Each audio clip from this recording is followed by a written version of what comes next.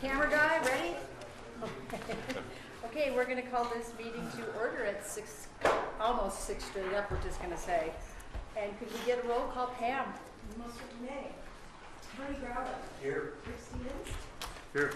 Mary Tannenbaum. Rob Levitt. Yes. Krista Ross. Here. Mark Dill. Jackie Whitsick. Here. Thanks, Pamela. On our consent agenda, we have green building memo, special event activity permits, a couple of them, a country dance and feed, and Basalt half marathon. And also we have a report regarding river engineering construction. Does anybody have any questions about those, or can we get a motion to pass those as consent? I move to approve the consent agenda. Second. Further discussion? All in favor? Aye. Opposed? Great, thank you. Our next item is council comments, reports, or disclosures. Anything from council? I think that Rick and I had asked for quarterly updates on the finances and what our leverage liabilities are. It's almost the end of the second quarter, so I would expect the first quarter to be closed out and ready to go. Do we have such a thing? Yeah, we're working on it. Okay. And then if you look at the yellow sheet, this is a forecast for the post funds, 2016 to 2020, with current projects. And then the estimates are based on CDO estimates that are found on the flip side. So Okay. the Congressional Budget Office does a CPI estimate for a 10-year period, and we use it with our sales tax, with the belief that we're mostly driven by food, and food tends to grow at the CPI rate if you look historically. So, and then we use a number that's actually below what our current collection rate is. So we just, This is not the entire town. No, that's just that one. That's the other one piece of it. Yeah. Just Yeah. a quick question along those lines. Budget hearings start August? Yes. Remember- Audit presentation should be next council meeting. So, August, second meeting in August. And town sharing, is that, when does that kick off again? Usually, send out the notices in the paper, during September. And then Okay. usually So both those things are simultaneous? I couldn't remember. Okay, great. Thanks. anybody else? Okay, our next item is citizen comments for items not on the agenda and items added to the agenda after the deadline. Anybody have anything? I see a hand. Bennett.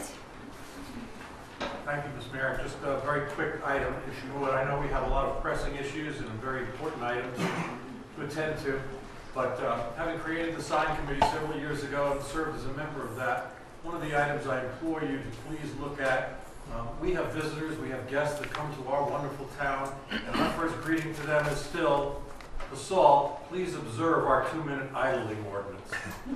We have a lot more important issues, and if we put those where the parking is downtown, I can see that being important. I think our environment is important. But let's not greet our visitors with observing our 2-minute idling ordinance. Thank you. And happy birthday. And happy birthday, Bennett's Thank you. birthday was yesterday. Thank you. Okay. Yes, Jerry. I would request that perhaps the 2-minute idling ordinance be enforced. Nobody seems to do anything about it. You see people sitting in their cars, especially the big diesel trucks don't seem to be able to shut off, diesel pickups. And I think the previous community officer, the safety officer, used to do a pretty good job. I don't think anybody has even issued a warning since he left, or since the new police department. So I would request that enforcement, or at least advisement to those who are violating this ordinance, be taken.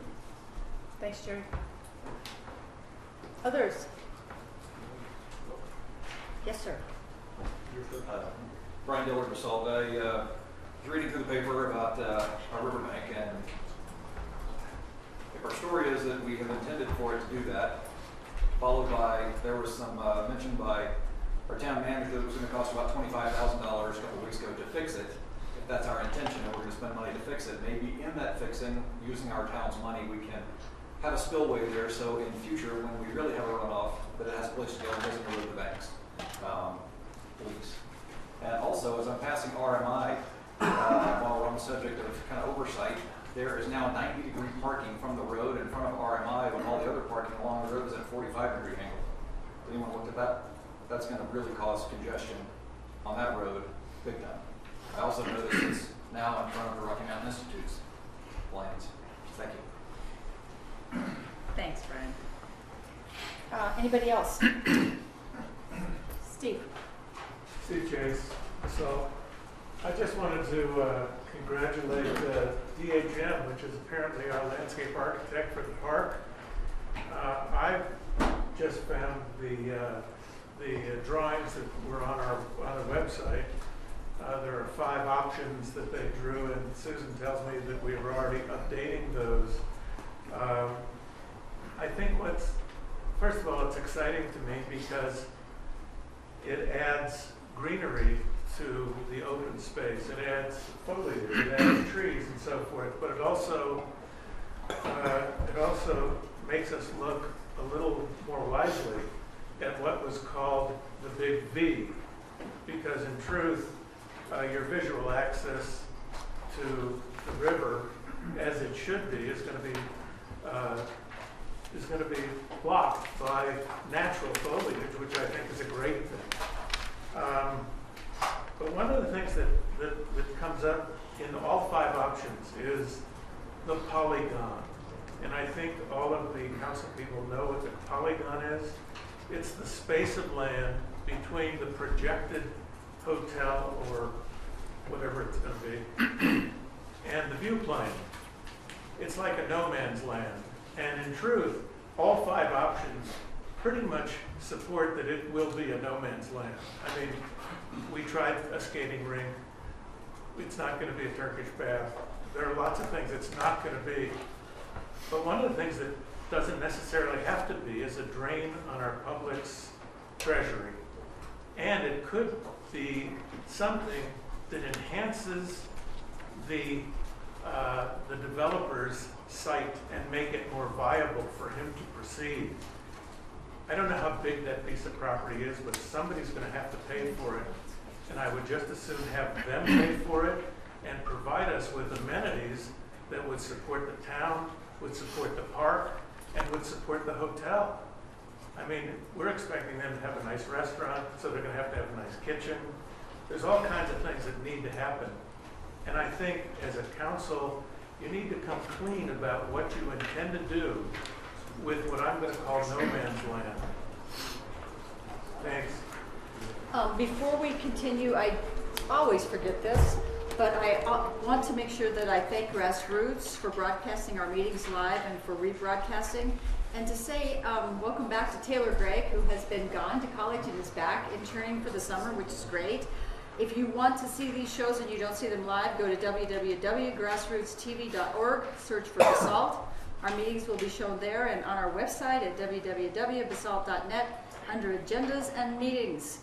Also, every morning after a regular council meeting, I have an open table at Saxy's across the street at 8 o'clock in the morning, and welcome anybody who wants to come and talk to me about anything. So, let's continue. The next thing on our agenda is the CDC has comments for us, or presentation. CDC and Lowe, actually. Okay, all right. We're both here.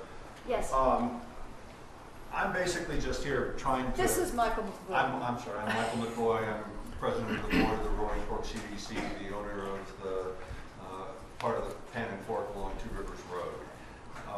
And we've been aware of what's going on right now in the process that the P&Z is going through. They're doing the master planning, but they're also talking about what is going to be going on the Pan and Fork property. You all passed an ordinance that, I don't know, I don't want to get into a legal question here, but basically seems to start the process of designating essentially half of our property is likely to become a public park, what's referred to as the V, And then there's the question of the polygon, as was already raised here this evening. And one of the things that we see going on is it's very difficult at this point to understand some of the financial implications of where these plans are going.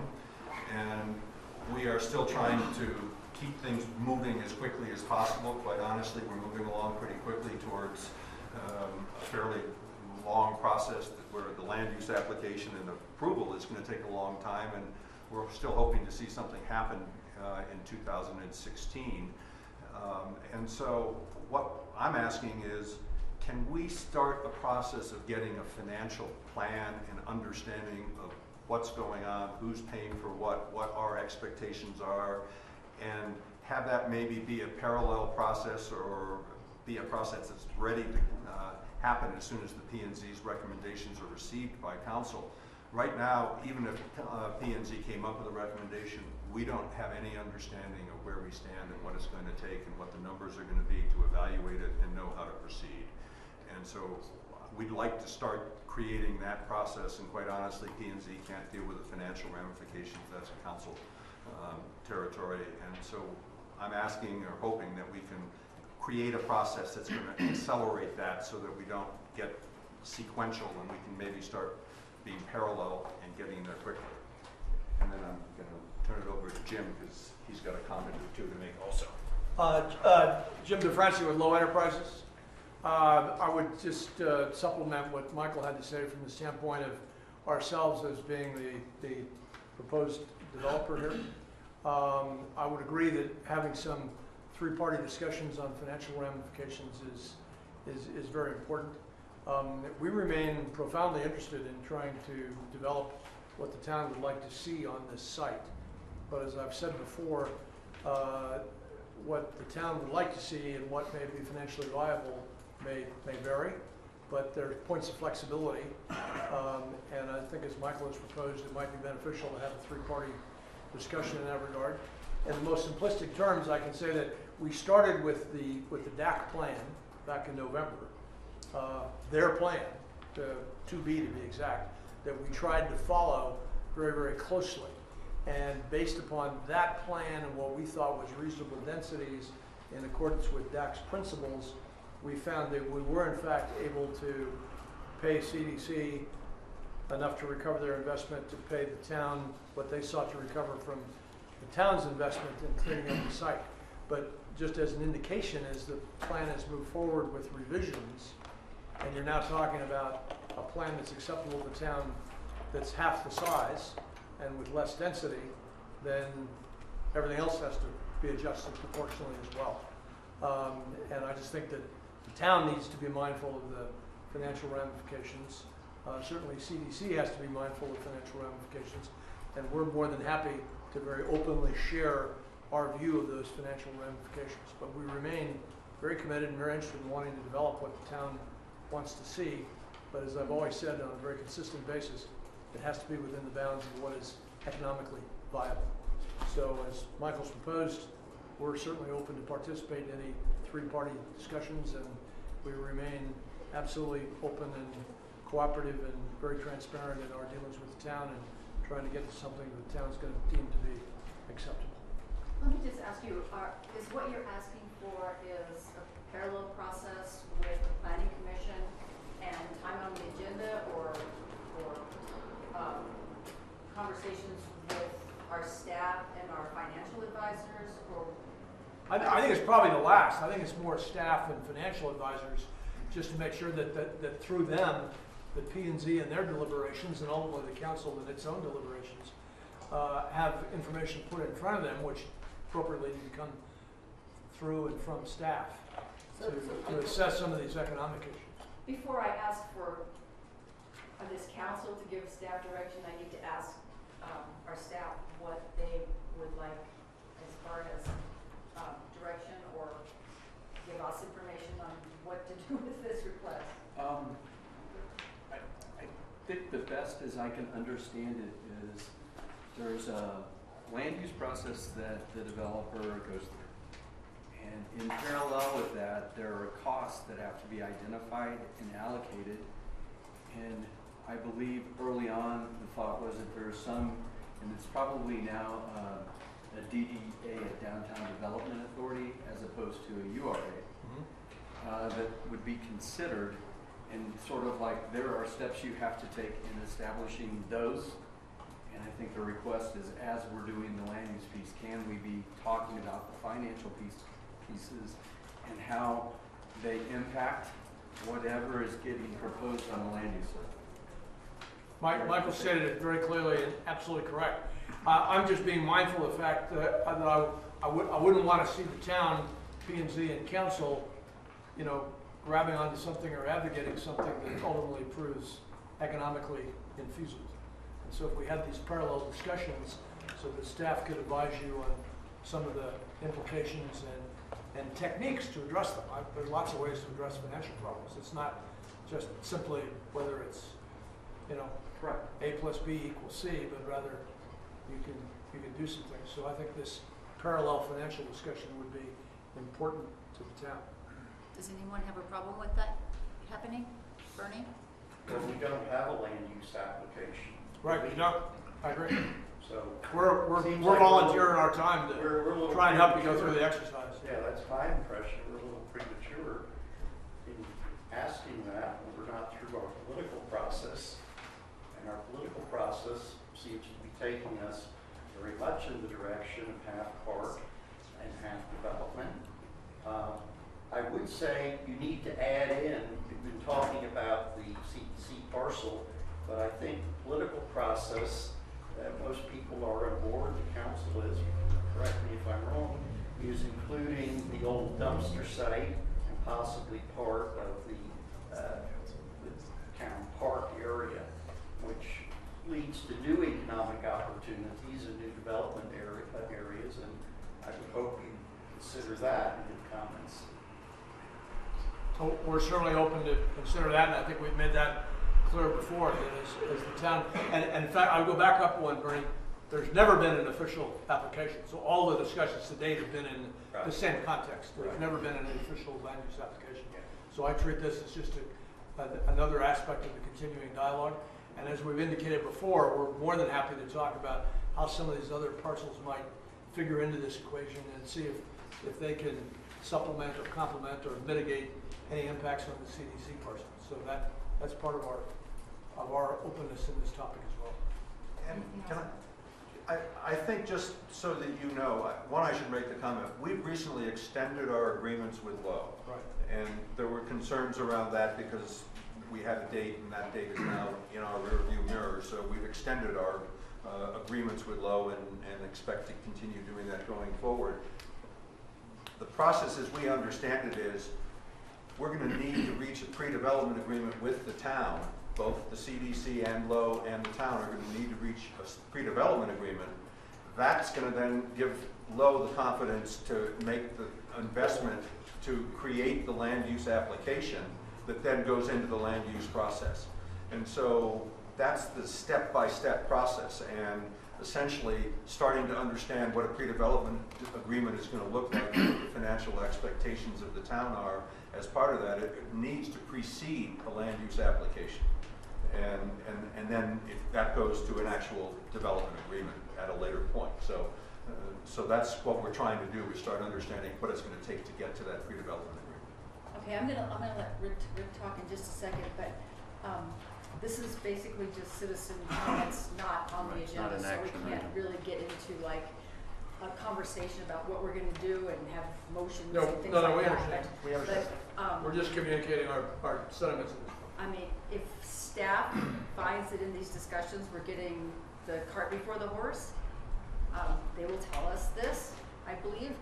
In the meantime, I don't think anybody's expressing concerns that you cannot talk to our staff about financial implications of one thing over another or have a parallel conversation of some kind. So, Rick. Well, I think the cart before the horse is, if you looked at it differently, there's been significant land use applications over the last 25 years that have gone through a process where the public weighs in and this is what we're going to do, and then 2 years later the developer can't find wherewithal to build it. And you know, what you said was set your expectations, but also understand what the financial implications are of that. And you got square foot land cost, and the more you build, the less the land cost is. And I think you could look at 3 tiers on that. You could look at full development that was contemplated with the campus. You could look at the triangle, and you could look at nothing. And it wouldn't, for me, it's pretty simple. Here's what the town would have to contribute on A, B, and C. And what's the threshold for pain, and from a citizen point of view and taxpayer, what's the threshold of pain for the budget? I mean, the fiduciary responsibility goes hand in hand with the land use application. And if we set our standards up here and we can't do it, then everybody gets disappointed, including the people that brought the application in the first place. So I've seen too many development applications come through that we ask for the moon and we still have empty lots, empty sites, because they were not buildable, they were unbuildable. Senior center is a classic. So, you know, we gotta maybe look at that initially and prepare ourselves for that being part of the decision. How deep do you wanna go? No, I don't think we've done that routinely. I'd like to see us try it. All right, thank you for coming in. If there's any last comments from staff, otherwise we move on. Thanks, guys. Thank you. Okay, our next item is resolution number 33 of 2015, a resolution of the town relating to the completion of an infrastructure analysis of the Basalt downtown core. Mike Scanlon. This is a perfect segue. One of the things that you find as you're redeveloping the downtown area or any other area, and this is my 4th redevelopment district that I've worked on, is the impact that utilities and not understanding the utility needs can have on a project. In terms of, do we have the water, the electricity, the sanitary sewer, do we have it in the place that's appropriate? And understanding what is there now and what's being proposed are 2 different animals. I've done this before where we tried to do it with staff and it took 18 months and it blew up and we ended up having to go find an engineering firm to do it. I've done it with an engineering firm before and got smart at what it needed to include in terms of that discussion. And what is being proposed is, I had done this in Mission, Kansas with a firm called Olson in Kansas City, and I asked the Olson representatives who worked for the Sand District, can you call the guys in Kansas City and get the infrastructure analysis that we created the framework for? And then we would like to do the same thing in Basalt. It is a herding the cats exercise with all of the utilities. First of all, they're never where they say they are. As-built do occur, and they're not all recorded. And what I've learned is sort of what the budget should be for it, to make it an all-inclusive, including their retainers, so this is the maximum. I'm going to probably talk with Wyatt a little bit. I've talked with Denise about some of the GIS stuff, and I might be able to get some savings. So this would be a motion of up to $75,000. And this is key to this sort of discussion about the fiscal ramifications of development and redevelopment. You have to know where the utilities are, and you have to know how much that costs, because all of a sudden a developer can come in the room and say, our utility relocations are $1.8 million, so the amount of money that we thought we could dedicate to the park, we can't. And you want to know what all that is beforehand. Yeah. And that's a basic tenet of smart growth is concurrency. And we tried to focus on that when we went out to the south side. When it first bid us with 12-inch water main and a 2 million gallon tank. But we didn't know it. We didn't do that. And you're exactly right. I've seen service letters from different utility providers that say, sure, we'll run a whatever out there. And then tab is what it is. So I'm on board. I did have a quick question when I was looking through this, whatever this document is called. So the goal of this process would be to find out location of all these utilities, capacity, right? Correct. And what about integrity of the system? Yes. Okay? That sounds all good to me. I think this is something that's needed. We should move ahead. I move the town council approve resolution number 33, series 215, resolution town council, town of Basalt, Colorado, relating to completion of an infrastructure analysis of Basalt downtown core. Second. Further Quick discussion? question, quick question. Yes, sir. Where's money coming from? Do we have it? It's gonna come from 4 sources. So our water utility, the general fund out of 2 departments, Public Works and Finance and Administration, and out of posts related to elements that are in the park. So most of this downtown area is park. So the idea of if we were to look at some of the park drawings, how do you serve some of the utilities for those as well? Sewer and sand? Mm-hmm. Sanitation's not included? No, separate district. All in favor? Aye. Opposed? Okay, thanks, Mike. Next item is public hearing and second reading of ordinance number 9, series 2015, an ordinance of the town approving a contract for the purchase of Unit 322, Riverside Plaza, Lot BC condos, located at 355 Gold Rivers. And it is a public hearing. Judy, did you have something to say about this? No, I just wanted to mention that, council had requested that we work on, our priority system for who are renting those. We, are nearly done with that. However, Susan meets with Bach tomorrow, so instead of prematurely doing it this evening in a work session, I will bring it back to you either, next council meeting or next work session, first one in August. So we did hear you, we are working on it, but I'd like to bring it to you one time and have it complete, so. Okay, it's a public hearing. We will open the public hearing at 6:29. Anybody have any comments or questions regarding this ordinance? Hearing none, I'll close public hearing. Council?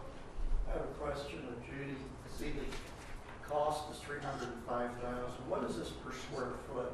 I'll have to email you, I have all the appraisals in my. Yeah, I'd like to know what all these similar things per square foot were paying. Absolutely. Thank you. Any others? I move approval of, on second reading of ordinance 9, series 2015, approving the contract for the purchase of Unit 322 Riverside Plaza.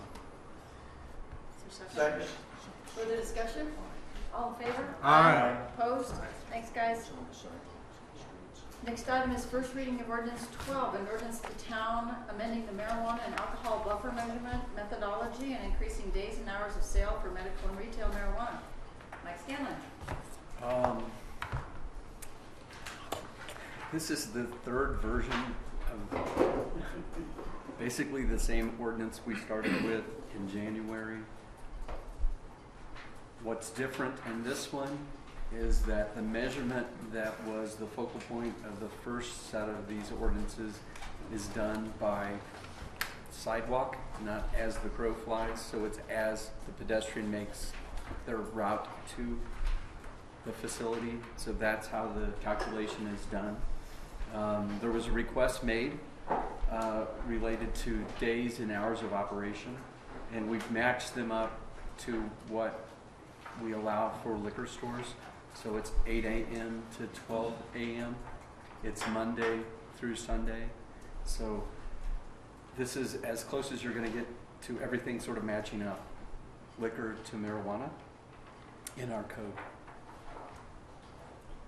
Okay, this is not a public hearing, so council? I'm good with it as proposed. We discussed it how many times? And that's how it's measured at the state. State, this is consistent with state law, I With checked state, that. okay. Yeah. For marijuana or alcohol? I looked at marijuana specifically, and this is consistent. The hours and the dates in particular, I checked to make sure we were within state law, and we are. Others? So it's now a level playing field, and we have an understanding of the police department that they can utilize the same code language and enforcement of those laws and ordinances without getting confused. And, Correct. okay. I'm ready to just do my yes vote. Maybe even a motion. No. Oh. I move approval on first reading And so of the- ordinance 12, series 2015, and set for a second reading? When, Pam? July 28th. Oh, July 20th, it's hiding in there, July 28th. Second. Further discussion? All in favor? Aye. Aye. Opposed? Thanks. Okay, I'm sorry, he was. Okay, this next one is public hearing again, and first reading of ordinance 13, an ordinance of the town approving a contract for the purchase of unit 6101 Villas at Elk Run, located at none other than 6101 Elk Run Drive. Judy? It's a legal description. So again, this is, we chatted briefly in executive session, so this is the property that we had, talked about. And so this is a two-bedroom unit over there, one-car garage. It will be at 321, we had discussed previously, burning is at 305. And then, I also wanted to mention before, along with square footage, working on a line of credit, we have got a problem out, but I need Tom to help me clean it up again. So we bring both the guidelines of who we're going to let to and the line of credit at one time and try to keep it pretty concise. And so the line of credit, I mean, I don't want to get this wrong, but you have been informing us that the rents off these units is going to, We're going to keep it pretty short, 5 to 7 years. And part of this is what we're working on, and I'm trying to get Tom to work with their attorney, is we're going to be able to go for some community reinvestment. So that would bring our interest rate down almost a whole point. So again, we want to do our homework before we get in front of you, but we are working daily to clean it up until their attorney and our attorney and all of you guys are happy and only need to look at it one time. just for people who may not have followed this, the town has been making some strides in actually picking up some residential properties. It's not only going to help some of our teachers and employees, but we're getting more and more, and they're coming up with guidelines for how the renters will be selected. But I think I see it also as an investment, because the truth is these properties are not going to get cheaper. So it's good that we're finally getting some roofs over people's heads. This is a public hearing. Is there, I'll open it at 6:35. Are there any members of the public that have any comments, questions about this? I'll close the public hearing. Council? Can I ask, maybe you just do a short description of the property in the future, so when we're looking at these, where he's got location, square footage, county views, just a one-page. Working on a spreadsheet because we went from 3 to 15, so trust me, Yeah. yes, Are they all appraised? yes. Or maybe just stick with that one? Good enough. Like a little MLS listing kind of looking thing. Exactly. It's a good idea, right? Okay. I'm trying to compile this little notebook so that we know who's our first and who's running it.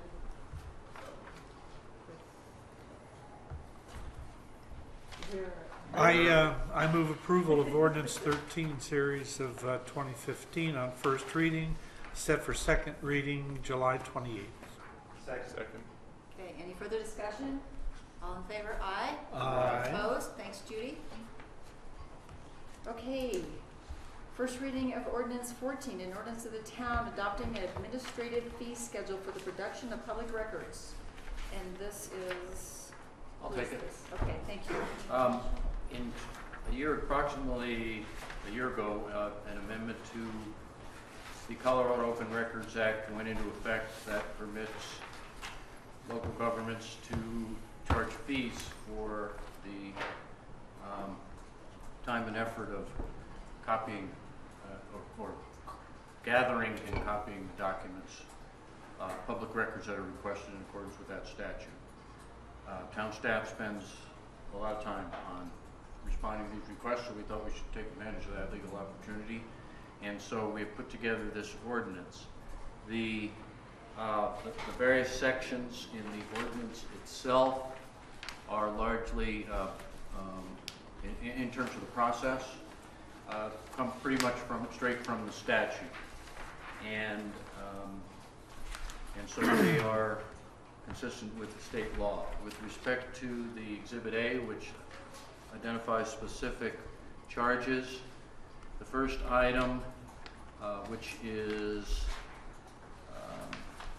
criminal justice records time, that first hour no charge, subsequently $30 an hour. That's straight out of state law. Similarly, the last item for other departments of staff of the town, where retrieval is requires time, first hour no charge, additional hours $30 per hour. So that's straight from state law. The other provision in state that comes straight from state law is the second item, 25 cents per standard size copy. Other items are in here that are not, where the amounts aren't referred to in the statute specifically, but where we're permitted to charge a reasonable fee. These are documents that are more unusual in nature, such as maps or plats, or transcribing a CD or something like that. So we have added those consistent with what we have seen other municipalities do. And that's where those numbers come from. So there you have it, staff. All the departments of the town have helped me in putting this together. There are some fees unrelated to Colorado Open Records Act requests that are already in effect. Those are referred to in Section 1, and they stay the same. We're not changing those. This is just for those. This is just for another category of records requests that deals with requests pursuant to the Open Records Act. Council, any comments or thoughts? Bernie? I think it's the duty of the town to provide the most access to the public and the media at the most reasonable cost. This encourages transparency, openness, and public participation. I really don't have a problem with most of the fees. My concern, and I don't think we should be charging this as our indirect costs. I think that's the function of government. And so I would not support this as suggested. What comments do you have specifically? Well, they want to charge a fee, including indirect costs, including the set standard of fees. And I think that will discourage, the cost is going to discourage the public and the media for requesting what the town should be providing. I'm sorry, Barry, you're referring to, and when you say indirect costs, which ones are you I referring thought to? there was in here that it included indirect costs. What would that be? I don't know what. I think we've tried to be specific about each of these items, and I don't recall using that term. I didn't know if it meant something other. I think that came out at Carbondale's perhaps.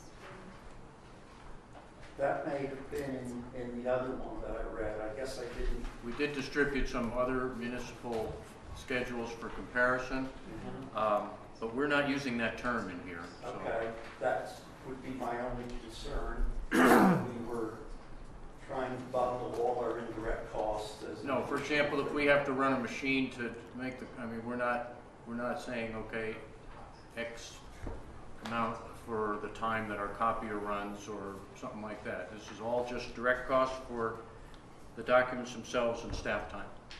Well, then I would ask staff or you, are these in fact costs that are looking at the lowest reasonable charge or the most expensive reasonable charge? The 25 cents per standard That's size. statute, I understand. That's from the statute. The $30 per hour is from the statute. The only way to know if we're high end or low end on that would be to know that hourly, a conversion of the hourly rate of the people that are doing the work, which is typically, usually Pam or Susan, and I don't know what that would translate to.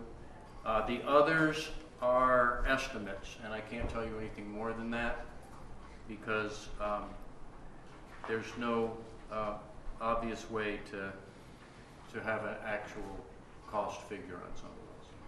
Well, then I accept this, but I would encourage staff to charge only the lowest, most reasonable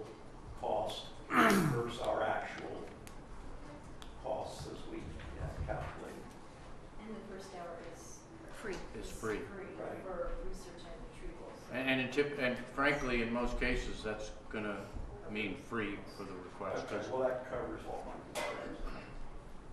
Anyone else? I move approval of ordinance 14, series 2015, adopting an administrative fee schedule on first reading and set for second reading on July 28th. It's going to be a busy 28th. We are. Second. Further discussion? All in favor? Aye. Opposed? Thank you. Okay. Our next section is work session for items for council consideration. The remainder of this agenda is a work session. Work sessions are public meetings and we encourage the public to attend to gain insight into the town council's work. Work sessions typically do not have any action items, thus we won't be holding any typical public hearing and public comments. For that reason, since this is a town council discussion, we will limit public comments. The goal of this portion of the meeting is to bring council up to speed on items they will consider at a future legislative meeting and to give town staff direction. Our legislative meetings occur on the fourth Tuesday, I know that next Tuesday, of every month. On rare occasions, we will take action during the work session on items that are time critical. Okay, so, Roaring Fork Conservancy Development Agreement, initial consideration. The Roaring Fork Conservancy. Do we have any planning commissioners still here, or? No. Okay, that was just for the walk around? Well, we invited them both, but we told them that this was the financial consideration. All right. So the Roaring Fork Conservancy group isn't here, is Willits? Yes. So if we could take 9B first, Sure. followed by 9A. So we probably, if we could just have, since we were gonna do a different setup, and we got a PowerPoint, just give us just a little bit of time. Where are these gonna go? Latest here? And nothing's picture yet.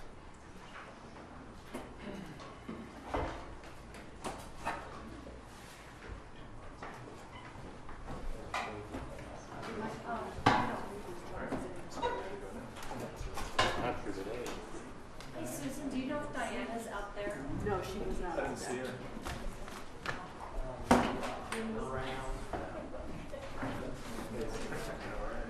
Okay, so.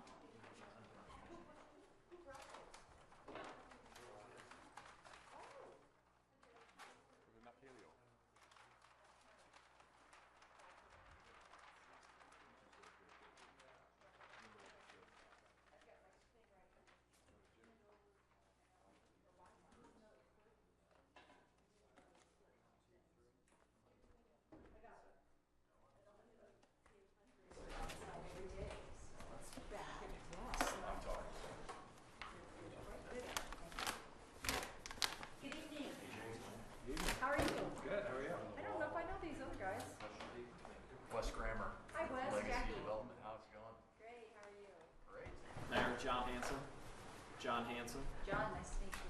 Nice to meet you.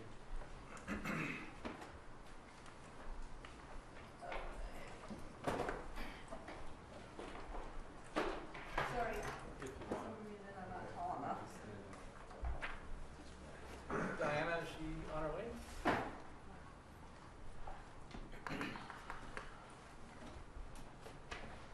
I don't think she's out there because this was supposed to be next.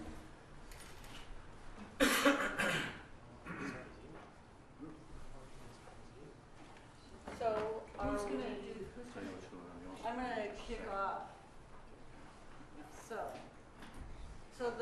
This is a work session with the developers of Williston Center, which is Mariner Real Estate. And what we're gonna be talking about is how Mariner Real Estate develops out with Williston Center. And as I explained in the memo, there's really two tracks that we want to talk about.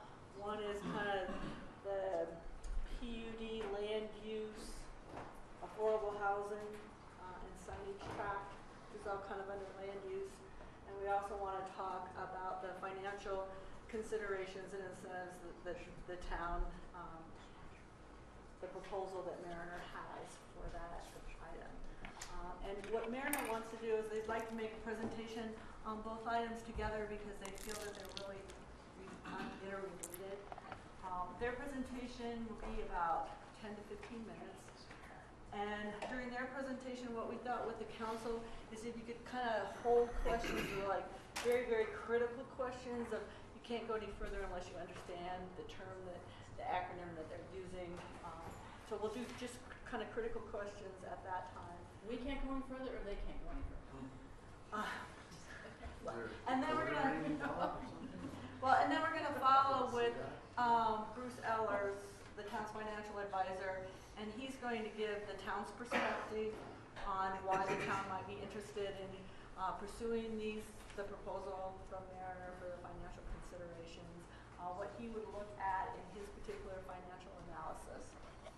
And then we're gonna do more then we're gonna really delve into the question and answer piece of the discussion. And then we're gonna follow that with kind of council direction. And so where we're taking all this is we want to walk out of the meeting with enough direction that we can come back with a pre-development agreement on the August 11th agenda. So that's kind of what the game plan is. And we had allocated 45 minutes for the discussion. And we want to make sure that there were some of the items that we could get kind of bogged down on. And so I might interject because we have a number of people here from Mariner, particularly to talk about how these financial pieces work. We want to make sure that we spend enough time on that so the council can get the information that it needs. So if that works for everybody, I'm going to turn it over to Evan Welsh. He's the asset manager for Mariner, and he's going to introduce his team and kick off the presentation. Thank you, Susan. Evan Welch from Mariner, John Hansen from IRR, Kim Belinsky, IND, and Bess Grammer from Red. As Susan said, we're going to keep this part brief. Going to go through the memo, get a little more specific with the ask that I'm having a little trouble hearing. Sorry. We're going to go through the memo, get a little bit more specific than the memo got, outline the actual request, and then leave the majority of the time for question and answer. So I have this picture of Willits, and this is what we were talking about 2 months ago when we talked, so I thought it'd be good to highlight the Market Street, which is really what our focus is and where we see development going at Willits. In the last 4 years, it started with Whole Foods, Starbucks is off this page. We went to the 3-story building in the center, which Valley View is the second floor. And then we're currently under construction on the Element Hotel there in the bottom left corner. The next building is right here, about block 7. This is where the 50 affordable housing units would be. The next phase really needs to focus on retail along the street, and that's what we also talk about some of the challenges that we've both faced over the last couple of years. John will talk about that as well and some of the solutions to overcome those challenges. But first, we want to talk about the PUD request. Switch. This attempts to outline does outline the square footage that currently exists in Willits, and then attempts to forecast what will be built. And the reason we're illustrating this is to show that we're lacking some square footage. And so the first PUD request is an additional 91,000 square square feet of developable space. And we see that being 60,000 square feet of commercial and 31,000 square feet of I didn't understand lacking. lacking. Okay, I'll go through this. Currently, the PUD, we have 500,000 square feet of space available to be developed. In these buildings that are built, Whole Foods, Starbucks, Triangle Park, including the hotel, we've built about 320,000 square feet. We're projecting another. Would you mind, excuse me, could you hop on the other side of Yes. that so that council can see it? Thanks. Okay. Along Market Street, this block, this block, this block, we're projecting an additional 140,000 square feet. So what we have remaining for these two blocks is only about 39,000 square feet of developable space. So, just because there's nothing, I guess. I mean, you're eating in the PUD as it In the currently PUD exists. as currently exists. So that is why we're requesting the additional 90,000 square feet.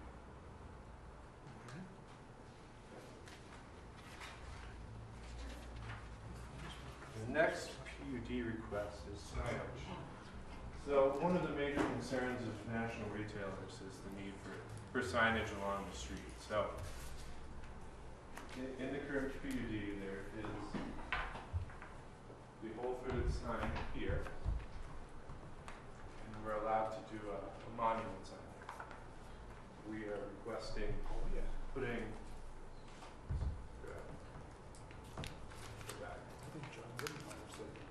this is a rendering of the monument sign. We're suggesting putting a few retail names. And where would that be? It'll be at the corner. At the stoplight? This is 82 stoplight. And the second is what is currently out there. Is the Whole Foods sign. Got the templates. This will become the element. Say that again, Evan? That will become the This will element be- sign? This will become the element sign. So there'll be no more message? No more And message actually, board, that's but in the there is a current difference. approvals. Place for it. That is under current approvals? Correct. And a relocation spot for the community message board sign is on an easement about halfway between those two locations. There is a designated spot for the community message board to go into that area. I'm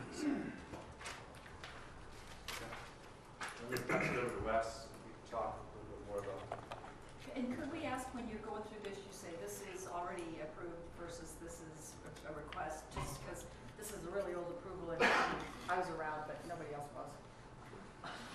Well, Rick was. Wasn't Moses? Well, Moses, sure. Memories failing though, so I don't mind.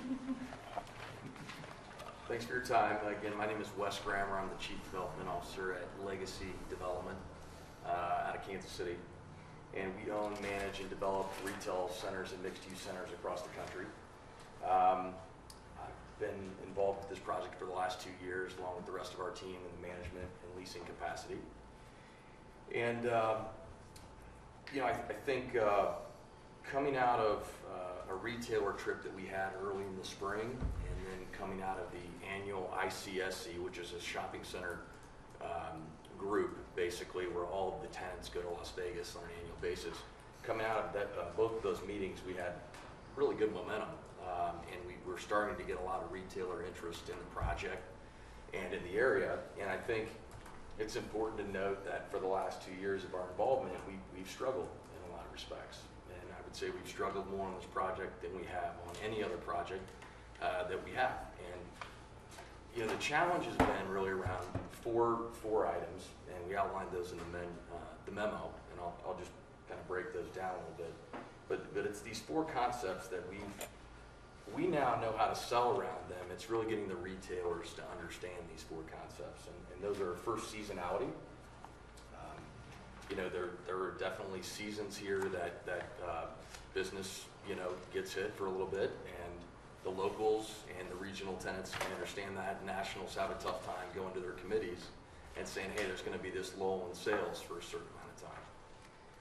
Second, the market size is always something that we have has been a challenge to sell around. A lot of retailers will, look at a 3, 5, and 10 mile radius around a project, and that population is what they call the population. And it's a little bit different here, right? We've got great highway proximity, and there's a large tourism base that we need to explain to the retailers. Development costs here are high. Our location, we've got high labor costs, high materials costs. We need to build underground parking in our blocks for the PUD. We've got responsibilities for road construction, and we need to maintain a really high quality environment with four-sided architecture. So all the way across the board, when you compare us to a strip center in Glenwood Springs, we have to keep up an environment that costs much more to create. And lastly, retailers really gauge their success by what's called a health occupancy ratio. Not to get too detailed, but they compare the costs on an annual basis to the amount of sales that they produce out of a store on an annual basis. So for example, if the taxes, CAM, rent for a spot in Willits was $100,000 in a year, they could expect to sell, let's say, $1 million, and that would be a 10% health ratio. Our high cost of our environment, maintaining our environment, the common area maintenance charges, the high rent to pay for the high cost of the architecture and the design that we have to hold to. Retailers have the ability to look at other markets like Glenwood and other competing projects, and they have a lower occupancy cost, and that's just something that we have to sell around. And obviously, we've got a great set of retailers there today, and we've got a phenomenal environment. But for us to finish this thing out with the right set of tenants, the right mix of local, national, and regional tenants, we have a gap that we have to fill. And that's, John will talk a little bit more about it, but that's really our perspective as a retail developer and leasing group on the project. John, maybe you can talk about it. Yeah, thanks, Wes. Again, John Hanson with Integra Realty Resources, Corporate and Public Finance Group. We serve as a public finance advisor to the development team.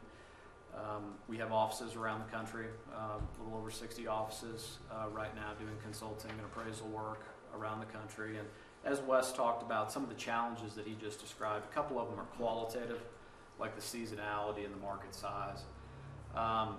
There's more quantitative ones, and that's where I get involved with the financial analysis and looking at ways to close that gap. So we want to talk just a little bit about that. So one of the most reliable and straightforward metrics or measures of a project's profitability is a stabilized return on cost. And very simply on the slide that's up there now, percent return on cost is simply operating income of the shopping center divided by the net development cost. If that return on cost is less than a financeable market rate, you have a financial gap to the project. If it's greater than the market rate, then you have a surplus, which is a good thing. So obviously we have a financial gap that we want to talk about and that we briefed you a little bit on in the memo that you received. The next slide talks about market rate of return really on a broad set of retail projects around the country. So what we're seeing in the market today is a range of acceptable percent return on cost between 9 and 14%. And that varies depending on where you're at in the country, the particular type of project, things of that nature. And Willits fits toward the lower end of that, meaning it's acceptable to go after a slightly lower return on cost because there's so many great things about the project, the quality of the project. A developer can pursue a slightly lower percent return on cost as opposed to the national average. So in the graph on the screen, you'll see that the Willits Town Center range, and really the range that Mariner's looking for with this project is something between a 10 and 11% range. And that's again, lower than say a national average in the 11.5 to 12% range. So currently, Willits Town Center has a projected operating income for just blocks 6 through 11 minus block 9 of $2.4 million, and a net development cost, again, just on the retail portion of about $36 million.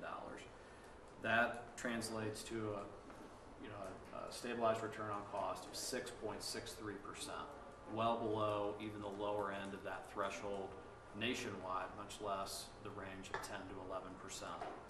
So that creates a gap for us, a financial gap. And on the next slide, again, we reiterate 6.63. We'd like to hit 10% with the project. We believe that's a fair market rate hurdle for additional investment into the Willits Town Center project. And that creates a $12 million projected gap.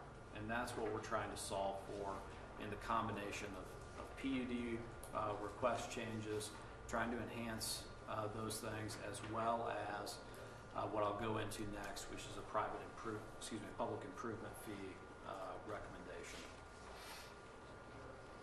So the next slide is a graphic. In the memo that we shared, we introduced just briefly what an add-on PIF is, what a credit PIF is, and how they work, just briefly. We can certainly go through that in some more details as you may have questions. The graphic up on the screen really is an illustration of a public improvement fee over the course of a 40-year term. And I might just step up to this graph and point to a few aspects here.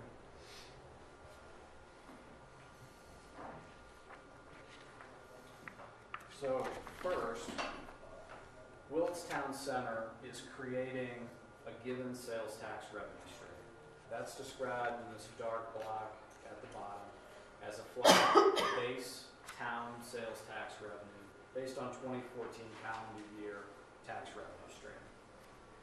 The credit PIF works really as a partnership between the project and between the town to share in the incremental revenue that could be achieved by future development of Willits Town Center. So what occurs, and in this example, there's a 20-year PIF suggested, and then a period after that of another 20 years where the PIF would be retired. But over the first 20 years, in this red color, is a descriptor of the PIF revenue and the revenue that would go toward the project. As the sales increase from this point, the 2014 stabilized base, sales increase as the project further develops, and this becomes the revenue stream, the incremental revenue stream. Approximately 50% in this graphic is provided to the town, and approximately 50% is captured by the credit PIF and brought to the project in order to help offset some of the high development costs and allow us to deliver a market rate rent to the national tenants that we'd like to bring into the community. In addition to the credit PIF is an add-on PIF. So an add-on PIF is an additional percentage. It's a fee, but it's very similar to an additional sales tax in its functionality. It's collected at the point of sale. It's calculated as a percentage of the taxable sale that occurs. And so in this graphic, the add-on PIF is really incremental on top of anything that would otherwise occur from the sales tax revenue stream. And so in the memo, we described both the add-on and credit PIF. There's some advantages and disadvantages to both. We realize that part of the credit PIF is a partnership that the town would be considering with the project to share in the incremental increase. We think, one of the reasons we think that makes sense for you to consider that is that providing the PIF will allow us to develop out Willits faster. It will help us to, for distant competition outside of the city limits, it allows Willits Town Center to build out, be very competitive versus those those other shopping centers. And it allows really the momentum of the project to continue on in a very, very good pace. The add-on PIF, because we have a fairly large gap to fill, we believe is also going to be a necessary component as well. We think used in a moderate amount that shoppers will be relatively indifferent to that. And keep in mind that it doesn't matter whether the shopper's coming from 1,000 miles away or not. That is an additional percentage that's charged on the taxable sales within the center. It helps, create the fantastic environment that Wes talked about that is costly, but it helps us to achieve a marketable return and one in which we can continue working through and accelerating through the lease up of the project.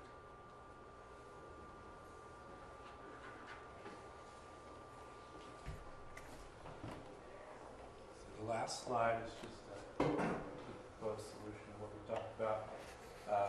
Additional commercial square footage of 59,000, residential square footage of 32,000. I skipped over the affordable housing. So I was obviously, going to remark. I was going to let I'm surprised you didn't stop me. But I just thought you wanted to change the order.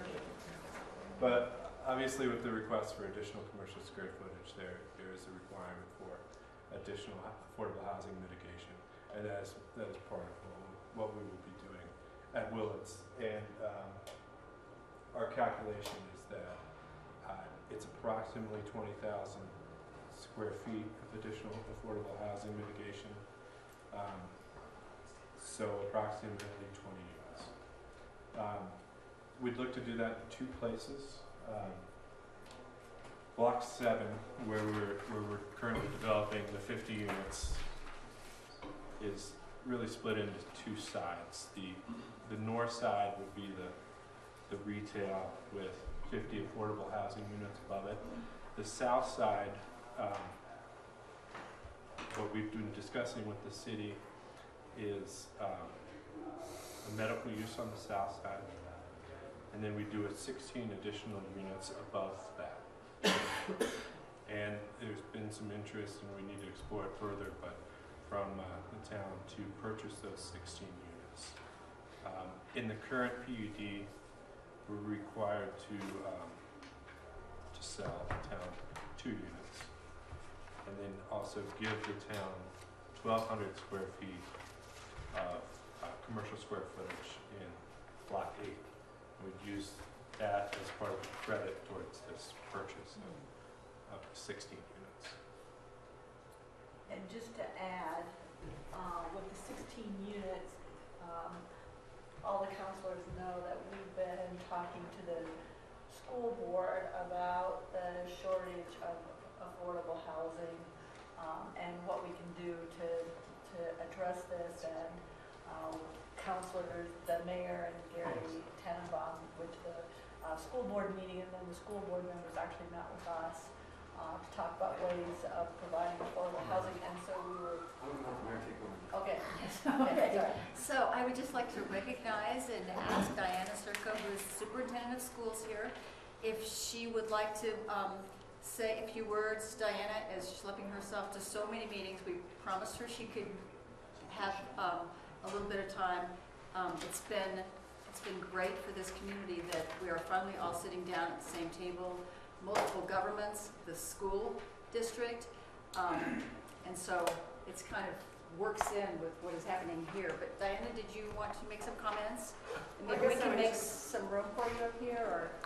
Well, I mean, I guess just, real quickly, that we are obviously really excited for the opportunity to discuss the housing components, and we had, I thought, a very productive meeting when Mike and Susan and maybe the Board of Town Council, sorry, I was going to get there, thinking county commissioners, we got a lot of different entities, but we're all kind of the same. When we got the chance to meet, and so I think we're really excited and very want to be really aggressive about looking at our housing options as we look into a bond election. We've been undergoing a facility master plan over the course of the last year knowing that some of our buildings need some important renovations as well as some opportunities to build additional capacity, especially in the Glenwood area at this point.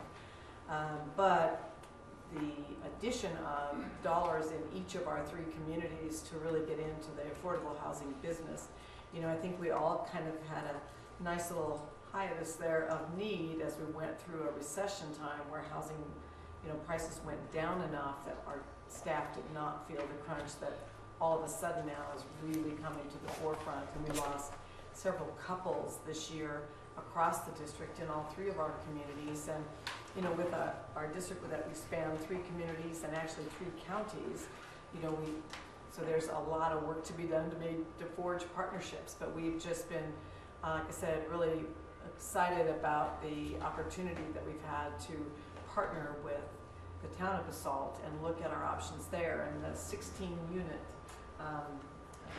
piece that was mentioned just a few minutes ago, we actually have a meeting set up with Tim tomorrow to talk about that. But I think, you know, the idea is to really look at what our options are. We know that we will not be able to attract and retain high-quality staff without having an aggressive plan of action in place. And you know, we've had some different conversations with different developers across the 3 communities, and I think we're still a little bit far away from what people see as affordable for our brand new baby teachers walking in the door who are, you know, making $35,000 a year. And so we know that we've got to get in the housing business. As many of you know, I was the superintendent in Aspen for 7 years and spent a lot of time and did some different bonds for housing, you know, with the district, and just found out if you do not get into the housing business, you will be in the constant recruiting business and you will not hang on to high quality people year in and year out. So that's kind of my spiel, I guess, and we hope that we can partner you know, wherever's possible. I also feel like the partnerships are very healthy because if we have units available, then employees for the town of Basalt can fill those, and if the town of Basalt on the units that they're acquiring have units available, we can partner. Because one of the things I also learned is that it's not often completely healthy for people who all work together to live in the same units. Some of the issues that start at school end up in the housing and vice versa. So I think partnering with other agencies is a real value add for everyone because you can really, like I said, piggyback on each other's needs and then each other's solutions. Well, I'm just really happy to see you here as always. And that you're working directly with these guys as well as us and the counties. And you know, we're excited about the direction that we see the town going because I think it reminds people that you don't have to necessarily do a huge development. You can start one unit at a time here and there and just get in the housing business so you have options for your staff and then build from there. Bernie Brower, did you have a question? Yeah, just, Diane, could you tell me, assuming that our board would agree to give over these units to the school district, how likely it is that your board would put this on the bond issue coming up, next year? We're actually looking at, that conversation will take place in August with the idea that we could be hitting the campaign trail in early September. We've identified about $100 million in needs across the district for school facilities and are looking at you know, adding dollars to the bond for housing in each of our 3 communities. You know, it's interesting because it has been something that's not necessarily been well received by the community, but that it seems that it's an idea whose time has really come. So I think, you know, so far, and you can all attest to that as you met with the board, they are pretty open to the idea, and so we'll be doing some polling in different pieces, but I would think at this point it's extremely likely that we would get into adding, you know, housing business by adding some dollars to, you know, our bond election. We were fortunate. We have one of our elementaries is about $28 million, and we were able to get a grant from BEST, which comes from marijuana dollars and other state revenues, and for 1/3 of that building. There was only $50 million to give away statewide, and we were able to get $9 million of that. So that makes up 1/3, and then because of the premium on bonds, it gives us some options that we might not have had. And we think that that creates room for dollars for housing. Anybody else have a question? Yeah, young man here in the, what's your name again? Wes. Wes.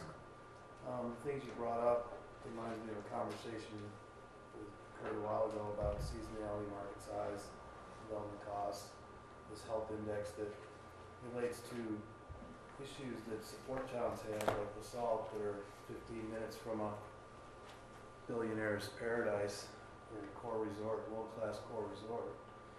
And given that, we do have to have certain standards around development. And I think you can go anywhere, and I think Meadows is an example of what you're talking about with this PIF plan. And I can tell you that 10.8% sales tax doesn't make me want to go shopping there.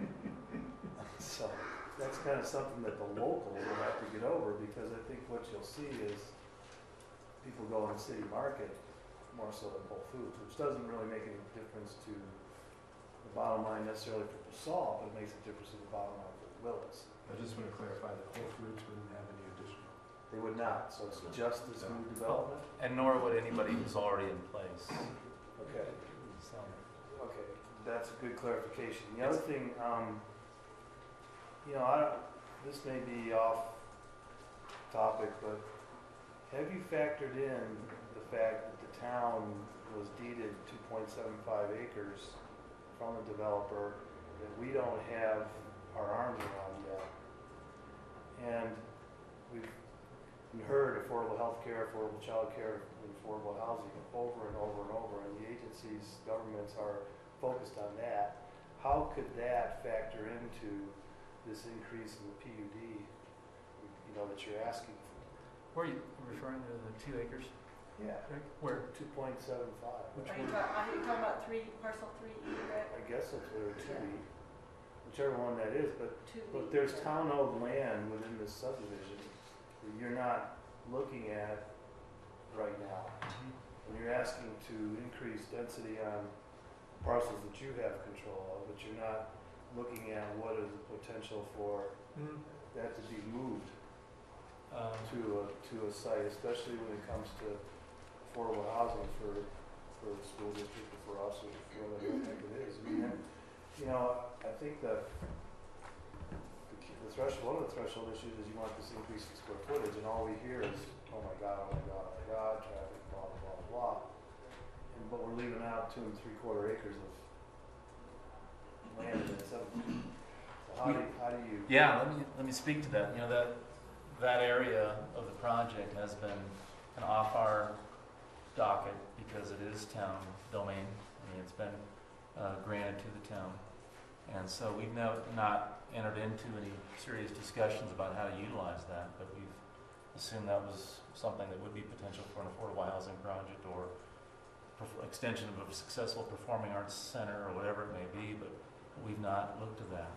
One thing that maybe we should come back to, Rick, is the capacity that we're talking about here is all within Willits. In other words, at 3-story buildings, 45-foot heights, these extended numbers fit in that area that we don't have to talk about 2E or spilling out any other areas yet. We can do it all within these blocks that we had up on the wall. Where the project was planned loosely in 2001, a long time ago, as you said, Jackie, these approvals are pretty stale.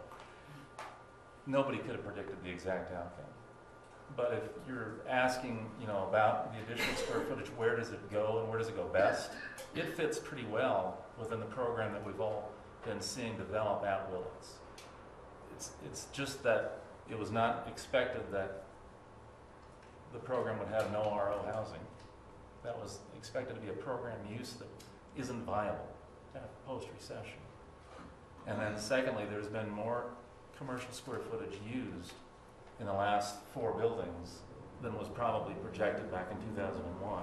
It's because it was what the market was handing us. Clinic space, Whole Foods building,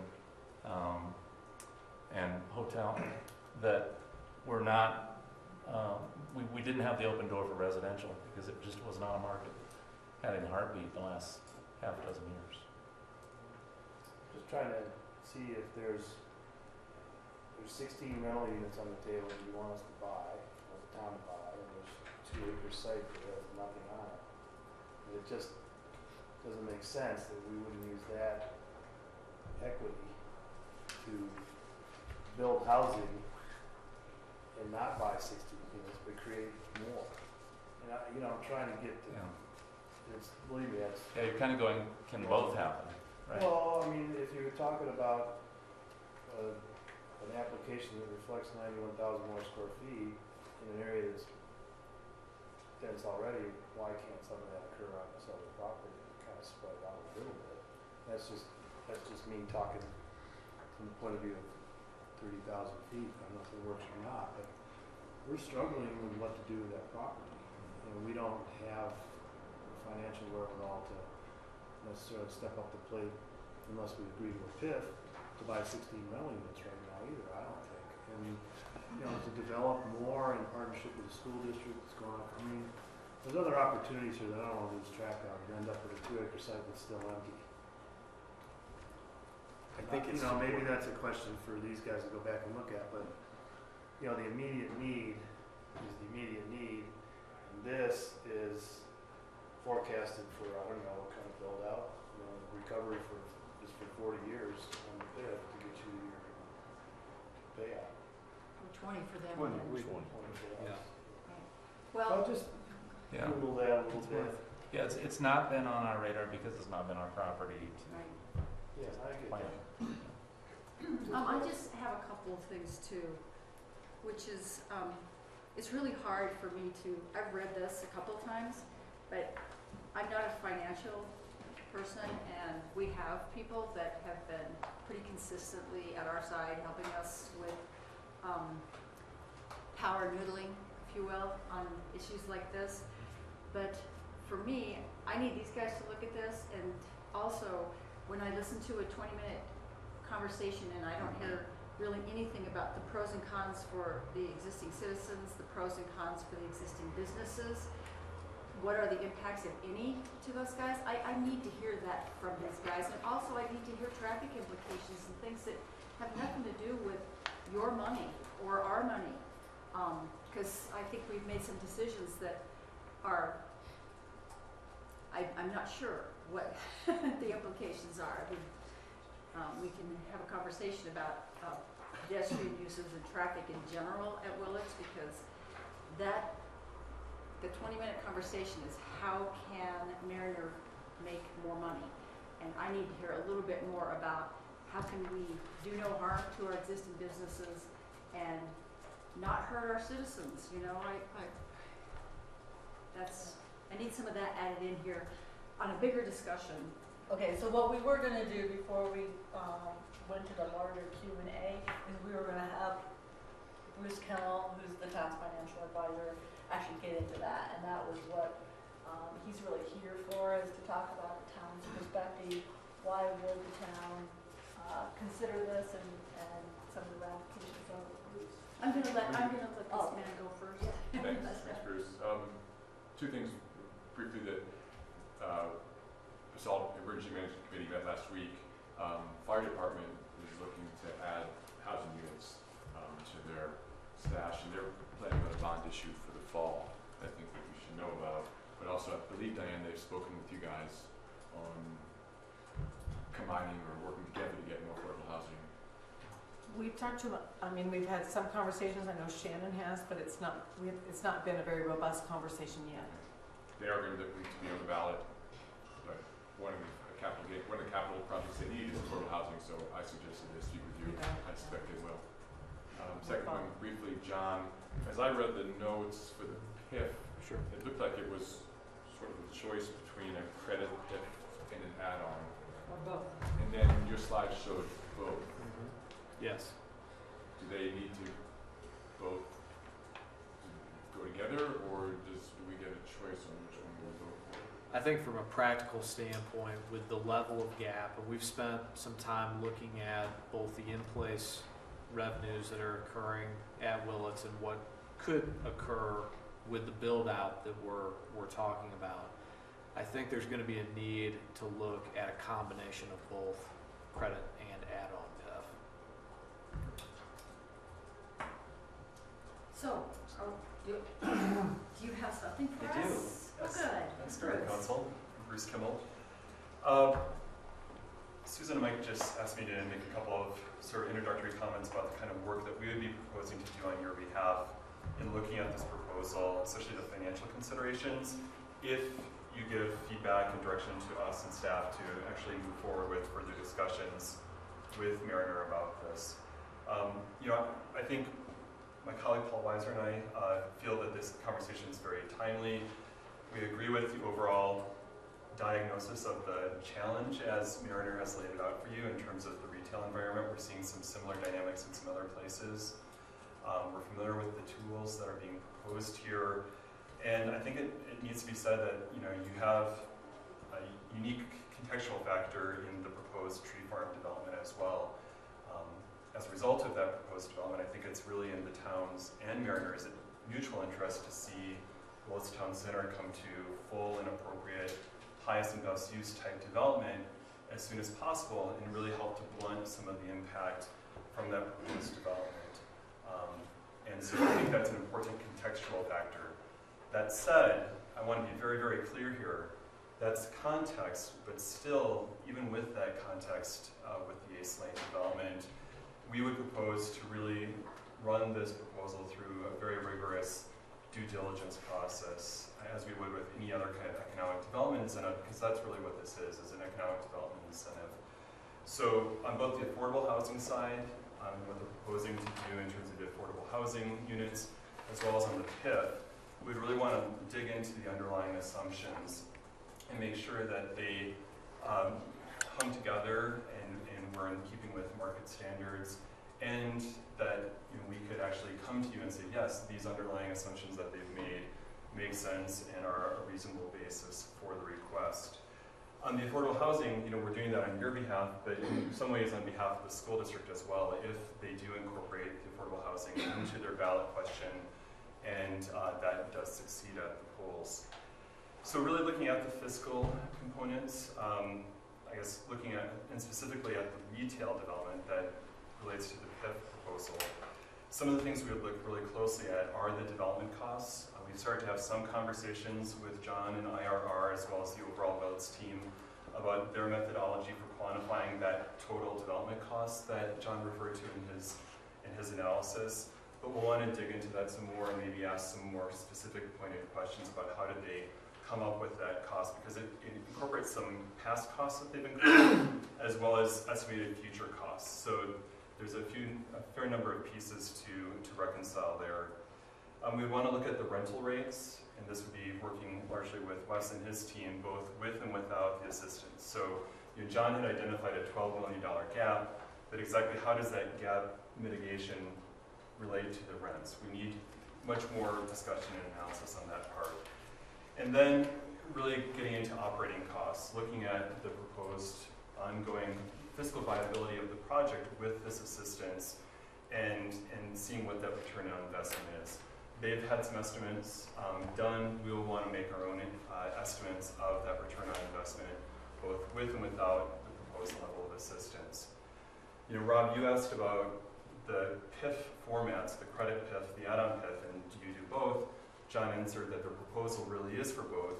Well, another part of our analysis will be to look at options for the PIFs. You know, is their proposal the best way of filling the gap if we do verify that there is a gap, or are there other combinations that we might want to propose, again, on the town's behalf, either using the same or different tools or for a different duration at a different percentage that might still be successful in closing their gap, but be more beneficial to the town in the longer term.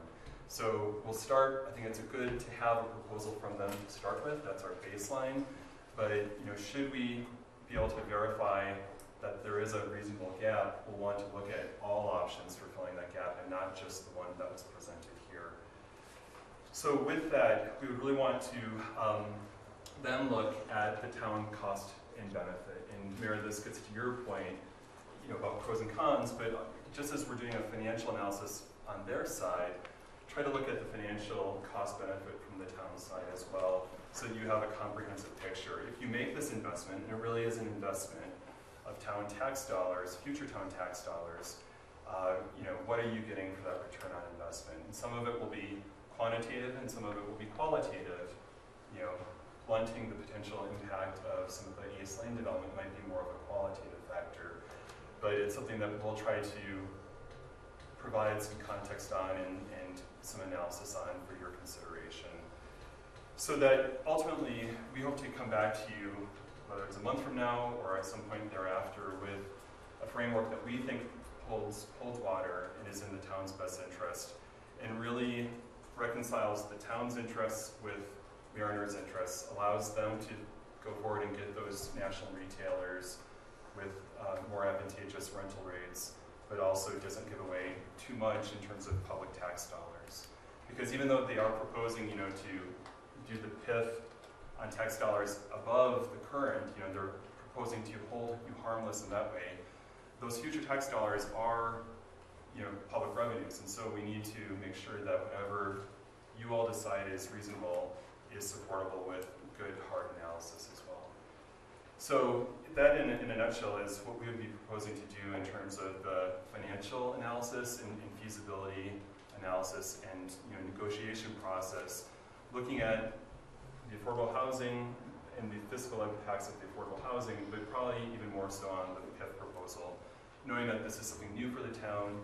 It's been done in numerous other Colorado jurisdictions, but we're very aware of the fact that this would be setting a precedent, and so we want to make sure that all the due diligence that leads up to whatever decision you make is something that you feel good about and have confidence in, whatever your decision is. And Bruce, again, when you come back to us, we always refer to, the developer's dollars and the town coffers dollars, but we're still somehow in here have to say, what is the impact to the actual humans and businesses, good or bad or neutral? And also, and I know you look at this, we already scream we have issues with not being able to provide adequate services, especially out in the quasi-rural areas. And that's one of the squawks we have about the Ace Lane proposal. So if we're going to give up those additional dollars and are going to have a lot more services that we have to provide, I know you look at that, I just want to see all that. Right. And we can talk more about that later, but that very topic was something that we were discussing with Mike this morning. So in a nutshell, we're hoping to get some initial feedback from you. We've already gotten some of that, but before you engage us and town staff to go further in starting to do this analysis really in depth, as well as negotiating a term sheet, if you will, we want to make sure that this is something that you're willing to consider further in terms of financial participation, especially as it relates to the proposed PIF. And again, I think at this point, we would be looking to come back to you at your work session on August 11th, so a month from now, hopefully having made a great deal of progress with the analysis and with some follow-up discussions and negotiations with the development team. Dr. Ross? I'm feeling much more comfortable with this whole process after what Bruce has said too often. The tax revenues are going to pay for this. It's going to be so much better. We hear from the developer knowing that he is going to really fine comb all of your figures. Makes me much more comfortable with saying, I'd love to see you guys build out. For years and years, we talked about there's a critical mass. It's good for the existing businesses to have other reasons for people to walk by their business. I think there are some great uses for some of those spaces that we've talked about very casually, but that would benefit the community and the people living here very much. And I'm looking forward to getting into those discussions too. And I think when Bruce comes back, he'll have some ideas that will help both of us make this happen. And I will be much more comfortable supporting your requests for the changes in the PUD. So in general, what we're being asked though is if we support spending money and staff time to pursue looking at this, and I would like to see that happen. Anybody? Other? I would like to see it happen, and I would say we do expect full transparency for a financial consultant, and then he can present his report, and if you disagree, you're certainly welcome to present to us, you know, your differences of opinion. I would like to bring up some political reality here, which is kind of a hurdle issue. And that is, I've talked to two of the probably most successful business owners, retail owners in the downtown that are still left. And they tell me the retail owners downtown are adamantly opposed to this credit refund on our taxes. They feel like it is, I'm not quoting them, but they feel like it is taking the town in the wrong direction.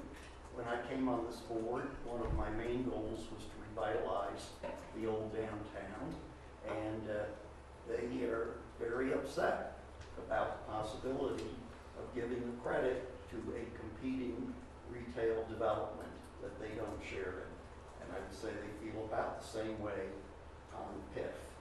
So that is a political reality that I certainly am considering very seriously and would be a high hurdle for me to overcome.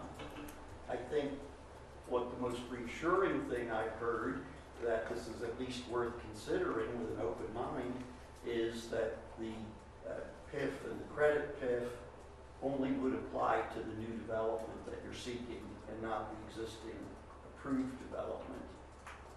I'm very interested in the present value we're giving up by going with this credit PIF, because we have many needs in the next 5 years where we could use a significant bump in town income, because we are making promises and commitments to many community groups that are worthy, certainly, but this town has got a very small tax base. I mean, we have a $3 million budget, and we in no way compare to Mariner's investment capabilities. So those are the two things that concern me most. The other issues I feel like we could probably negotiate and come to some understanding about, but those to me would be the whole town, we only have a 3 to 4 month reserve, and that's something the council agreed to, is that we would build our reserves as quickly as possible. So I do need to see the detailed financial analysis. I thought that slide on with the gray angles and whatnot, that's kind of like from 100,000 feet. Sure. I need to see it more like from 50 feet or something. But, those are my big hurdles. Like I say, I will keep an open mind, and I think there are many areas that we can discuss changing the original PUD or agreement on. Let's have Herschel again, and then I let's just get the other absolutely guys agree going. with Bernie's concerns. I think these are real concerns. I don't think that this proposal and our very strong efforts to revitalize downtown are mutually exclusive. I think that it's important for us to reaffirm our commitments to downtown, but I don't think that this project would hurt downtown. And I think that political sale. I'm not saying it isn't a hard sell. I'm saying that we have work to do on both of these things. I think your concerns are relevant, but it doesn't discourage me from looking at this in great detail. Rob, Rick? Well, I just want to make sure we include all land units when we do this. I'm sorry? I'd like to include all of that commercial area in both performing arts. I'd like to include all that in the discussion so that we can see the bigger picture. If we're going to still try to develop a 2-acre parcel that we own, but we're going to be asked to participate in 16 units of affordable housing and whatever else, it's going to, I don't want to rob Peter to pay Paul. Yeah. I'd like to make sure we have a overall scope in mind. You can't, I don't know what the parcels are that you've identified that you want to increase. What's the acreage, just as an example, on where you're going to increase this on three different pieces? Just real quick. It's really 2 or 1.5.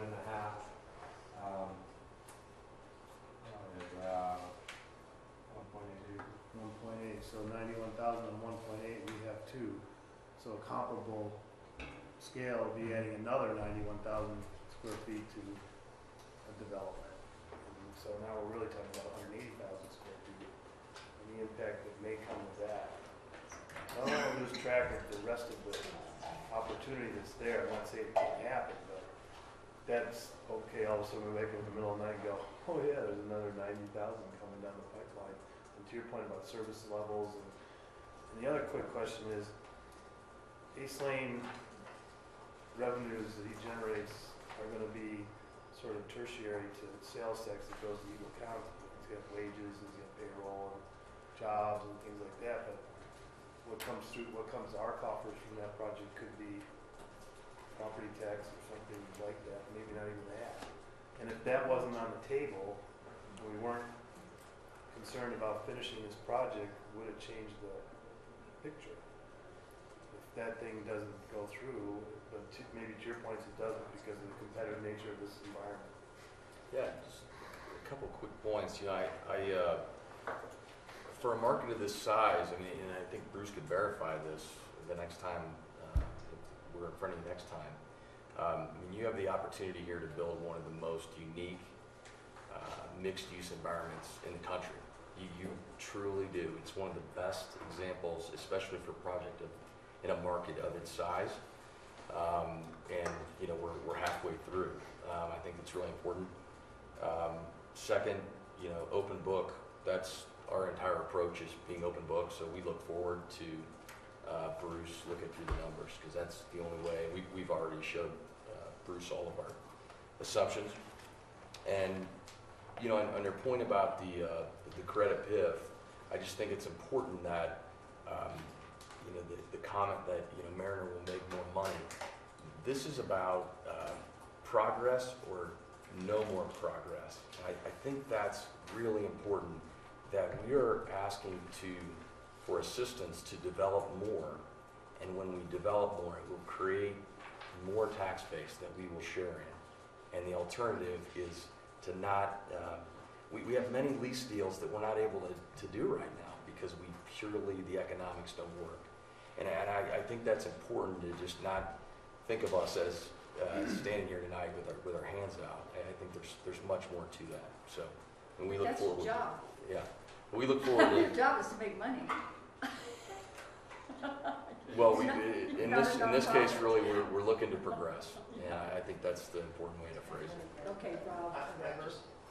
Rob and then Ryan. And while that slides up, which is the town lot that Rick was referring to? Is it bottom left corner? It's actually off the page. Southwest. Because it's not. Lower Now left. it's bottom left corner? Yeah. Okay. And then my other question, Mike, Diana, is if the bond, if these 16 units are dependent on the bond passing, or if it doesn't pass, do we have a plan B? So as I understand it, and this sounds like it's an evolving conversation, but my analysis is assuming that the town would be making that investment if the school district does not go forward with that part of their plan. Town would be if school does not. Correct. And you don't know the way to pay for it. Correct. So yeah, I mentioned this in the memo. It's really about analyzing the proposed purchase price, but also in the validity of that, and does it provide enough credit for some of the concessions that they're looking for with the PUD, like the 2 units. I'm not sure if the 1,200 square feet are in that or out. That seems to be evolving as well. But then we absolutely need then to take that purchase price and say, okay, how does the town pay for that? And run our own business case for that, right? Looking at what can you rent those units for. Judy has a lot of good information on, you know, the market and what you're renting units for already. Look at what it's going to cost you to operate those units, most likely hiring a management company, doing those kind of services, so that we can do a pro forma and say, okay, given this purchase price, if we think that's the right number, how do you actually pay for it and make sure that you're not losing money on this? So we see that kind of due diligence process on the affordable housing, whether or not the school district actually moves forward with it on their side. And we are assuming that the 1,200 square feet of corn shell office space would be put into that equation. Okay. For those 2 units. Okay, Bernie. I can't find the exact thing here, but weren't you planning to add or wanting to add 31,000 of residential? Yeah. Is now, Bruce, is that the profit on that going to be taken into account, or is that separate? You know, Bernie, I think the square footages for the PUD amendment are important contextual elements, but it's not, that's not directly part of our fiscal analysis, because those are, as Tim has put it to me before, really sort of taking a big chunk out of the future planning needs, so that you don't have, so that they don't have to come back as many times for subsequent PUD amendments. I welcome any comments or questions you have in that regard, but we're really not looking at the gross PUD amendment numbers on commercial or residential and adding those into the mix. We're really looking specifically at what is the retail on Market Street that this PIF is about, as well as what are, looking at the 16 units that are proposed for Block 7 and the economics of those. Some of these square footages relate to those other blocks on the west side, and given that we don't know when those are going to be developed or what's going to go there, at least at this point, Paul and I aren't contemplating really actively adding the gross square footages in the PUD request into our analysis. But don't you think granting them this much residential has a, at least an estimate of a profit considerably better than what they're, or is it too improbable to, difficult to judge? You know, it really depends on what they ultimately propose to build in terms of that additional retail or residential, and what the price point is going to be at that point in time. So, you know, I really see this being an iterative process. We'll be coming back to you ideally in a month. Right. I'd like to get more feedback from you and other council members at that point as to what we might be missing from your perspective. Let me noodle on that. I'm not sure at this point how best to incorporate that, but I think I see what you're saying. Okay, let me add in another thing which I've heard from business owners, and we've seen in the paper the council has gotten some public criticism for the concessions that we gave to the Element Hotel, and they were fairly substantial, with 88 parking spaces that could be worth as much as $800,000. We gave variances that allowed an entire fourth floor to be built without a setback. We gave variants that let you build into the setback. We gave reductions in parking, which makes parking and traffic maybe a little more difficult. Maybe and we passed a add-on hotel tax and gave it up for 10 years for 2%. Now, I think the fact that we get back 20 to 30,000 visitor nights a year is good for the whole town and completely justifies our contribution to that particular element of Willits. And I think what was nice about that it was an easy sale to council, was that 2% additional add-on hotel tax went to all the hotels in town, and there are several in the downtown, and we allow it to be used for development and offsetting costs. If there's a way that you can show a benefit to the downtown and that this is not favoritism with one particular development, with one particular area, I think that would make me a lot more comfortable. So are we about ready to wrap this one up? And let these guys go forward and munch around on this a little bit, noodle it, power noodle it. We got the power noodler. We do have the power noodler in our midst. Thanks, Bruce. Thanks, everybody, for coming in. Thanks very much. Thank you all. Thanks, Mrs. Kelly. Hey, so we're going to go back to the Roaring Fork Conservancy. Are those guys still here, Mike, or do we need them? Mike? Yes. Oh, okay. Good job.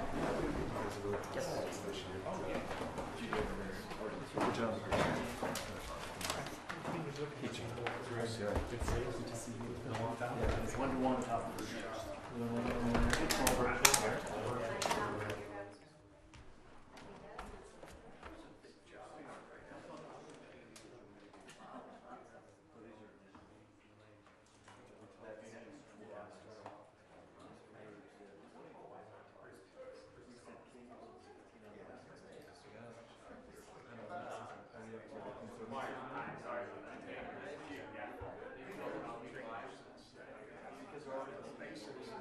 That was really helpful. No, all the feedback. And I'm intrigued with what you're wondering about. So, no,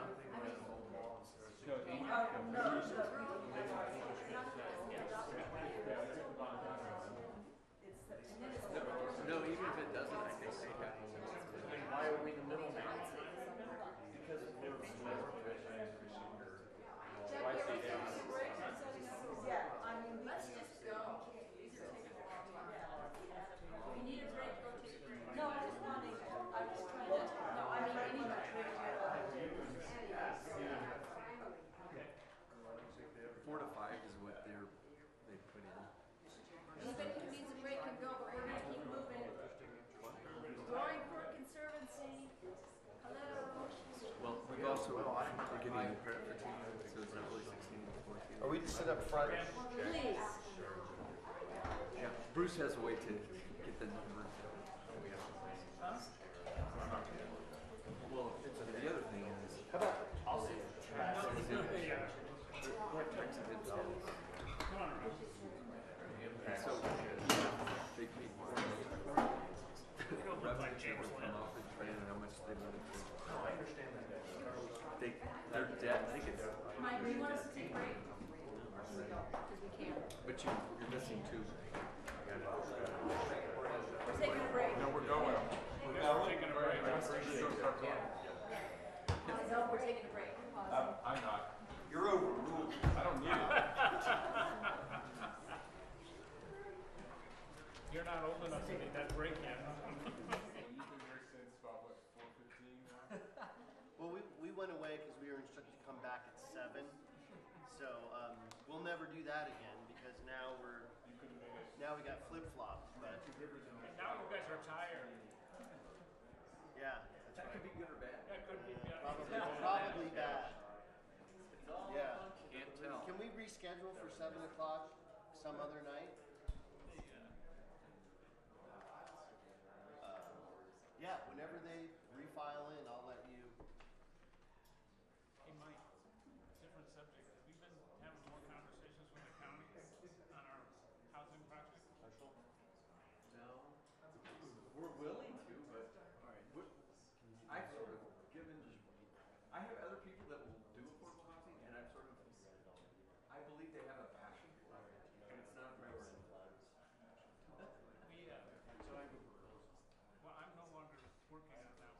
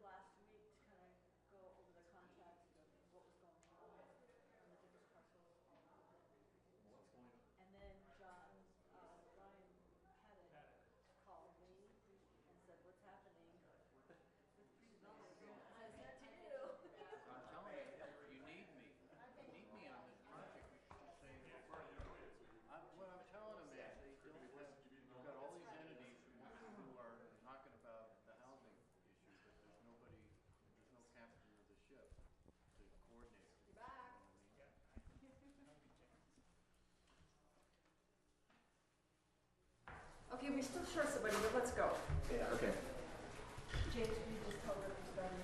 So, last July, the town council approved a pre-development agreement with Roaring Fork Conservancy. In that pre-development agreement, it contemplated that there would be a final development agreement. And it contemplated there would be a number of things that we would work on together to try to help the Roaring Fork Conservancy get to the construction of the river center sooner than later. Two of them I outlined in the summary, the action item summary, which was the developer is also interested in financial concessions to facilitate their development of a river center on Lot 2, and the parties should work diligently to define town assistance in expediting construction of the project. And at that time in July of 2014, I think the question actually came from Bernie, what are we talking about in terms of dollars for this project? And I think the number I threw out was about $500,000, somewhere in there. And how is it that we are going to do it as a town? And one of the things that Bruce and I set to work on is, at about the same time, you'll remember that we were working with RMI as it related to the use of tax-exempt financing on their project. Could we apply that same methodology to the Roaring Fork Conservancy and what they were contemplating? In March, we met with their board of directors and we talked with them about what that looked like and how it could be done. And I think the feeling that we got was that given what they've received in donations, given what they contemplate that they will receive in the coming months and years, that there would be a small portion that could be debt financed. And if you looked at what the issuance costs related to that, it might be easier for them to walk across the bank and negotiate a line of credit or a small commercial loan. And that's a better avenue for them going forward. Then we talked about in terms of how should the town's money come into the project, and when will the project be ready so that building permits can be issued and you actually start construction and there's payments made, and sort of what is the town's role. And as that evolved, and as Bruce and I talked more about that particular project, and I will tell you that sort of where we came with recommendations is a function of what you heard during citizen comments with the Roaring Fork CDC, which is a partnership that started with these ideas in terms of what was going to happen with the land. And then as it progressed, and as they took on additional debt and needed to do whatever they were doing, we now find ourselves at this juxtaposition, which is they have land that they want to sell for X, and the land's not worth X unless they can get a developer to buy it for X. And the one thing that I've gotten better at, somewhere about 45 or 46, is history teaches you. 1945? History teaches you something, and you have to be willing to learn from it. And I think what we've learned in the Roaring Fork sort of CDC trying to figure out how the parcel gets sold is that it's better for the town to be in the position of ownership of land along that corridor than it is trying to work in a third-party arrangement. At some point, the Roaring Fork CDC is going to be able to build this project. And if they are, ownership of the land is going to play little role in their ability to do it. In fact, I would argue that it actually helps them. You don't mean the CDC anymore. You No, now the mean Roaring Fork Conservancy. And sort of what I would propose is that we go back to what we sold the land for and we buy it back. And this is really swapping cash assets for land assets. So on the town's books, we go from having a cash asset, which we got in terms of selling it to them, and we just reverse it. We give them a deadline and we say, by this time, if you can build, we agree to enter into a lease for 99 years for that portion of the parcel that the building sits on, because it's for their particular use. If they can't reach it at that point in time, understand that the way it reads now is they can't build it, they can go sell the property, we have 30 days to respond to a contract that they would receive for the sale of the property, and they could bring in a contract tomorrow, or let's say in 2 or 3 years when if they've decided they can't build it, and we have to, and we want to purchase it, let's say, and we have 30 days to agree to a new purchase price, and let's just make it $1 million, so it's easy. Well, that's not a whole lot of time to respond to a contract that they have, And we don't know if the contract is contingent. And then my guess is then there's a developer that they're trying to sell it to for the development of the site. And that's why I say we should have learned something from the Roaring Fork CDC. And there's a way to avoid that. And the simplest way is for us to be in a position to own the land, lease it for the purposes that they intend to use it for. If they can't, then we don't have to worry about the next developer coming into the room and saying, this is what we want to do. Personal first, I guess. And so when they purchased the land from us, at that time there was no restriction on the use of what they could do with that. Well, it was for a river center. And it was for the Roaring Fork Conservancy. So you're implying though that they could sell it to a developer who could come in and do something different than the river center.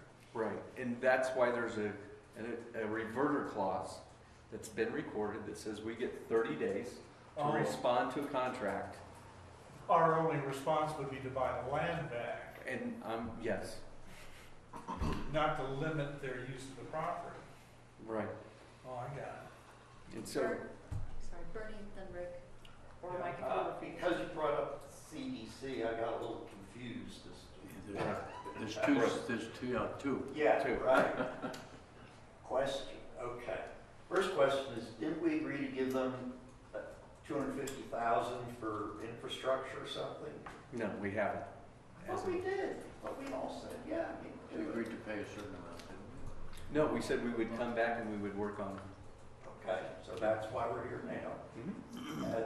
Next question is it the CDC you're saying, or is it these people that they bought the land from us for what? $395,000. $395,000. And what's its Stop. what's its value now? If we went to market, or they went to market? Are we losing, or are we making money on this? With RMI being constructed, I would imagine we're making money. Okay, so we're not, the asset, the illiquid asset that we gained for hard cash, at least we're not losing a lot of money on that. Okay, that's all. So, when that was the Levinson parcel, it had 6 or 8 mobile homes on it and a residence called the Steakhouse, which had spaces rented in the yard for $50 a week to pup tents for the workforce to live in, and water came up about 6 feet on the walls. We negotiated with the Levinson family to work through a conservation easement. The master plan was kind of in place, and we ended up going through all this estimation. I think we did a $3 million bond, which we have promised that any proceeds from the RMI site would go back to pay that down, proceeds from Norfolk would go to pay that down, and we sold the land at 50 cents on a dollar. And we sold it for $400,000. It had a value of $800,000. The agreement we made, because of the nonprofit nature and because we had this bigger picture of Old Pond Park and improvements and all that access to the river, they got a good deal. And that's how I remember it. The Levinson family got a big tax credit on $2.5 million of revenue because they dedicated a conservation easement along there. We ended up paying $50, I think, for that. So it was a really, and we had to go to voters to get $3 million to make all this happen. So that's kind of what I remember. And so you did get a nice chunk of property for a very good deal. And to your point, how do you go back and say, geez, we want a free market value now, we should have charged you more in the first place or something. I'd love that. If you guys could build this tomorrow, I'd jump up and down.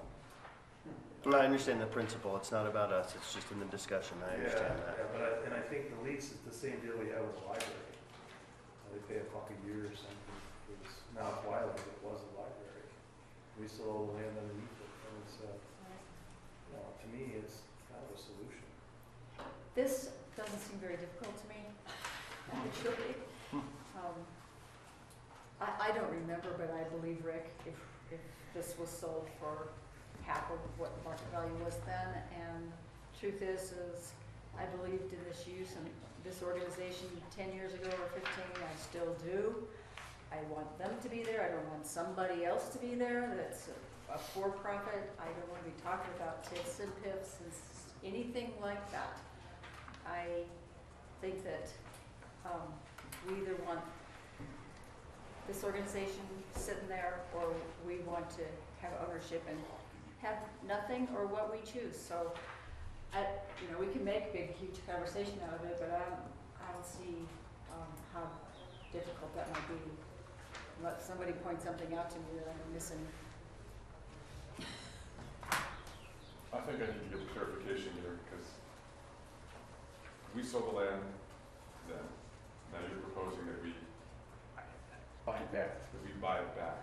And then they own the land. No, we own the land, and they get the money back. But then we let them build it. So how's that good for us? If they can't build on it, No. we own the land. Okay. And otherwise, If the whole point is that they can build on it. I mean, that's why we're doing this, assuming that they can do it, go Right. forward soon. They get money back, that's the main thing. Right, so that they can get a bill. And then they have the Loaning money. them, No, we're not loaning them. we're not renting the land back. Yeah, we would have a 99-year lease with them if they built on it. But only then. But I mean, is it $1 a year? Is it market Probably. value? So we're not getting money back. Right. Okay. I mean, I think the point for me, Rob, is that if they can't raise another $400,000 or $500,000 in a timely manner to break ground and build this thing, they could turn around and sell this to Walmart or for profit. They could sell to for profit for $1 million or whatever the market rate is, and then that's what we have on the road. All right, but can I put a couple of qualifiers on that? Yeah. Number one, we have an option to purchase. Number two, At any- market. if Walmart buys it with the current zoning, I think they'd be kind of crazy. It's gotta be a land use Well, they would application. come in and ask for an application to. Well, they can ask for anything, but to make the investment, for somebody to make the investment thinking they can, put up a high-rise, it's just The not deal gonna is happen. we would have to deal with them. True. Correct. We would have to deal with them as a for-profit on the river. Right. And that's never what we envisioned ever would be there. This is what we envisioned would be there. Right. So all I'm saying is, Rob wasn't around during this time frame, and now that Rick reminds me, I remember why we did what we did, just for the greater good, and so let's get the greater good on the But road. it is in effect, what I think Rob says, a $400,000 investment in this project, but you are carrying on your books an asset worth $400,000. Correct. Sorry, I'm not trying to be difficult. I'm trying to just give them the money and make it a loan, and it's still an asset. But that's what I'm thinking about. Got a question. Mayor, Yes, sir. where do we get the $400,000 in cash in our budget? So, given that there's a parks portion of that site, and given that there's a building portion of the site, split between the general fund and Parks, Open Space, and Trails. And so if you look at the yellow sheet, Hence the yellow sheet. hence the yellow sheet, it shows it shows all of the current obligations, and the largest one being the Basalt Avenue underpass, the Albany Park, which Post has been working on, and then it shows future parks projects. We also show that we carry a maintenance line item now in it so that we can actually maintain parks and open space. And we've also placed a 5% contingency in reserve in each of the years. And then if you go to the top and you take into account all of those assumptions, we have an average ending fund balance almost of 5%. So the idea is we've built a contingency, we're carrying balances, and there's future park projects that are contemplated in there. And kind of anticipating a building schedule, we would probably have our sale be a function of, we would know what their construction schedule is, what their draws needed for the construction, and we would close sort of like when they needed the cash in order to get built.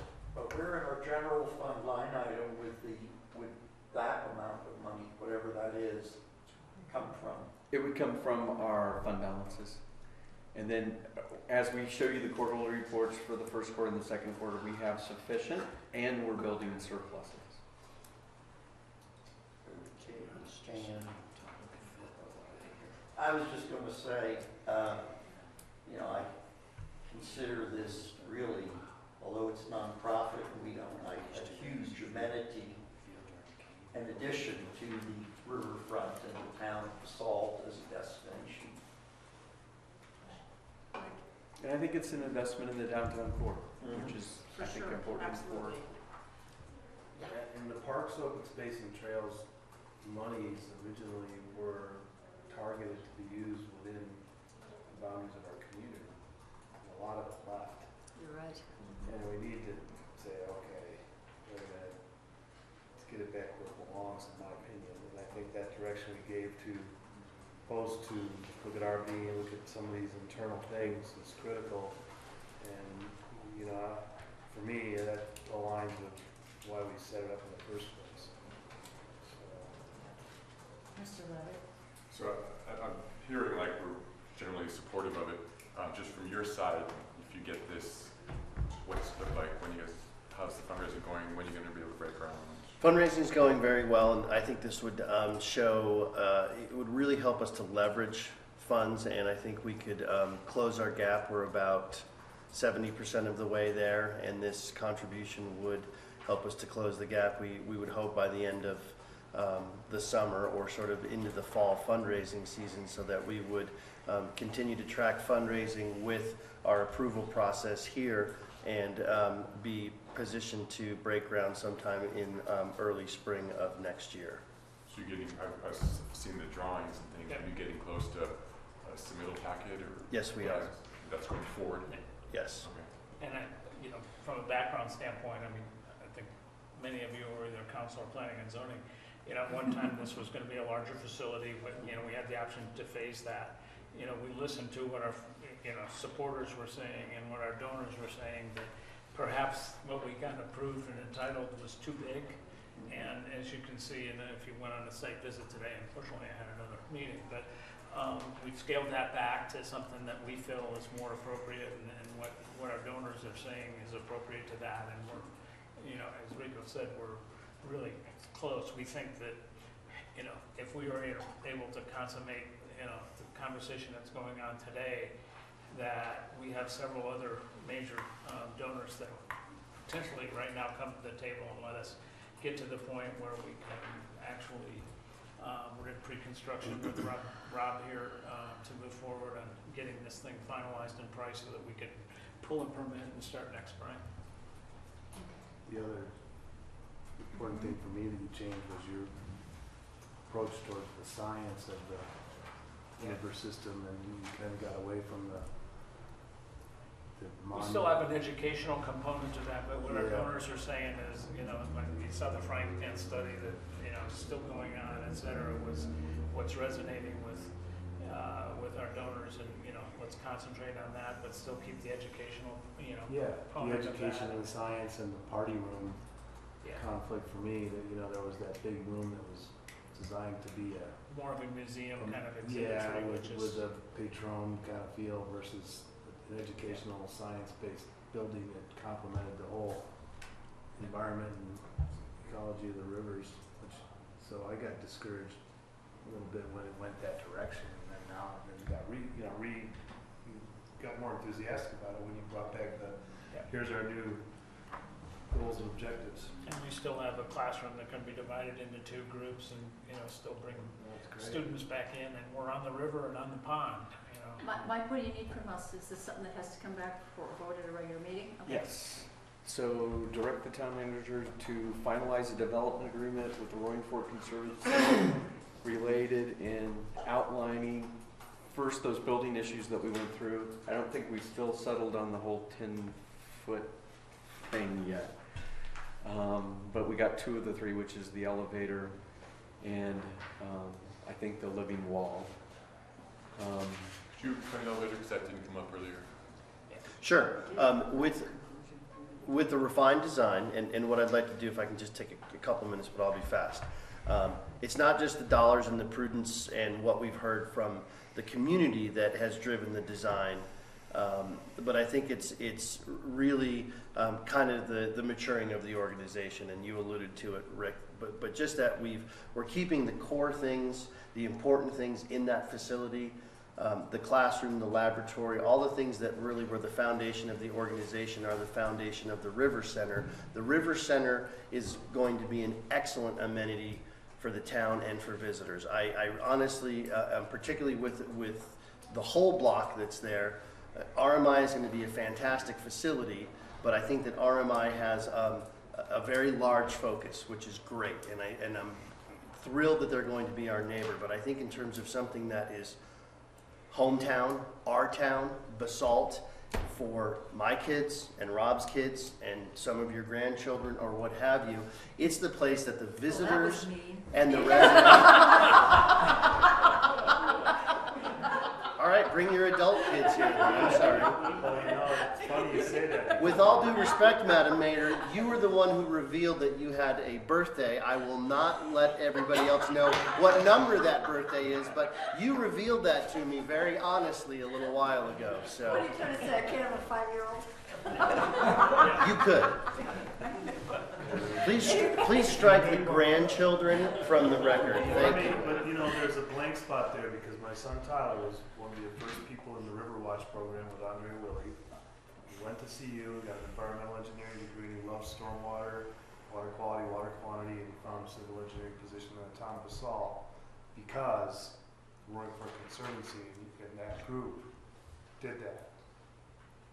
Excellent. So I'll put in what's 1% of 400,000. Be careful. You 4,000. can do the math. Everybody's getting a checkbook now, right? Anyway, So we need what to I move think on. we've done is I think we've arrived. I think you guys like the design. I think we really like the design. It's a design that will absolutely suit our needs and the needs of the public for years to come, with a core action facility and really turning everybody to face the river and face the resource that we work so hard to protect and get people out in front of and exploring and all of that stuff. So it's been a maturation and an evolution process for us. The first thing that we put out there was what we thought that the public wanted. We need to teach people about watershed issues in our watershed. So let's teach them about tunnels that take water east, and let's teach them about how much water it takes to raise a hamburger or to make a pair of blue jeans or something like that. But that just didn't seem to resonate. That's all important. But again, that's kind of stuff that's up here, and we want to be in our town with our message and right there on the river and a facility that makes sense. This is an opportunity for everybody sitting at this table to invest in our project the way that you have all invested in RMI and leave an outstanding legacy by facing the river. And we all know, especially those who have been here for a long time, historically, Westerners turned their back to the river and they pushed all the field stones out there and all the old cars and a lot of that stuff. And we're in a new era, and what a great opportunity in the fact that we have a reclaimed brownfield site. Everybody remember what used to be on our property out there? Okay, and now what a great success story to take something that was a service station. We turn our back to the river. We've got all this nasty stuff in there. You all put all this money and effort into creating a wonderful pond and all of these amenities, and what a great success story to have an organization like us with a facility right there that now faces the river. Do you need anything more from us? And the elevator? The elevator, sorry. When we reduced the size, we were no longer beholden by the code to put the elevator in. In addition, we moved in the refinement of the design, we moved many office spaces and workstations downstairs, because in the evolution we realized that it's really the education team needs to be running this facility. So they're not going to be running up and down, up and down. They need to have some offices. We need to have some workstations for volunteers or docents in the facility as well. And so what we try to do is create other opportunities for handicapped or capable people throughout the facility and not have the inclusion of the elevator. So that was the reasoning behind removing the elevator from the updated, but we heard that it would probably be wise for us to include the elevator, so we have brought the elevator back into the facility. So staff is bringing this back to us for probably a little more discussion and a real vote. And thanks so much for coming in and hanging around a couple different times tonight. You bet. Good to see you. And good to see you all too. August 11th. Okay. We'll be here. Thank you. Excellent. Thank you. With, if we don't die of old age by then. You're doing fine. Just work out a little bit more and you'll be fine. Forget it. I'm not working out more. And we have a rendezvous tomorrow night at Don Mac Ranch. I know. Hopefully raise some money there tomorrow. Good luck. It'll be great. Yes. Thank you all. Bye. Alrighty then. Eagle County.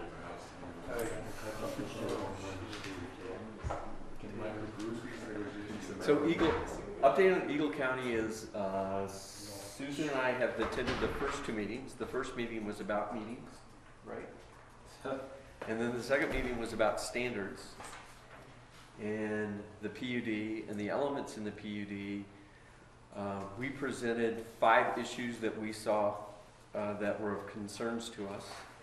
The first had to do with the parcels as shown on the commercial site, and they showed them as individual parcels, and the question was, if you look at the uses that are allowed for those commercial parcels, you really need to start combining parcels to be able to do those uses.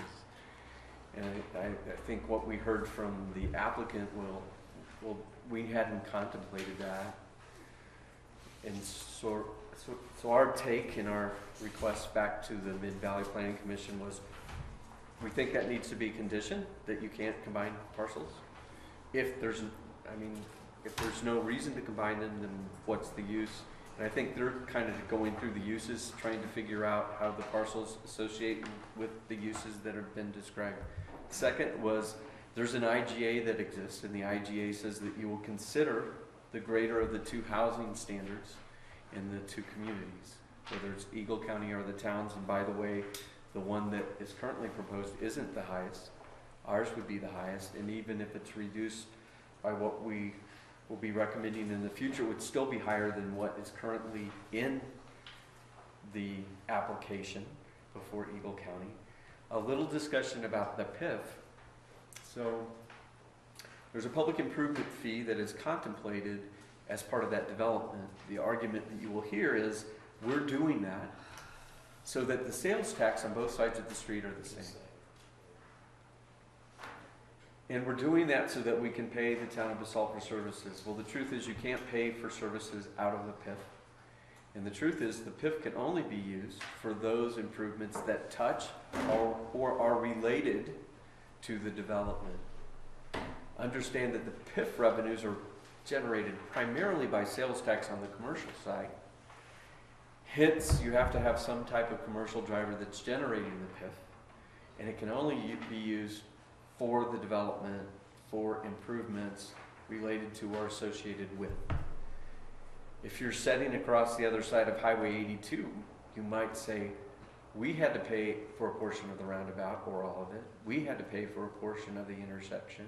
We had to pay for a portion of the underground. We didn't have a PIF that was available for us to pay for it, but yet this development on the other side of the street, which makes the argument that this is how we won't have cannibalizing of retail because our sales tax rate will be this high. Well, the truth is 3% of that is being used by the developer to pay for all of those costs.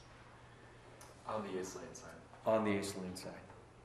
And so, getting the commissioners to understand that the PIF is really about an allocation to the developer. It's not about the equalization of sales tax rates. Yes, that's what the consumer sees, but that's not what's driving the pro forma for the development. And the consumers are really not that stupid around here.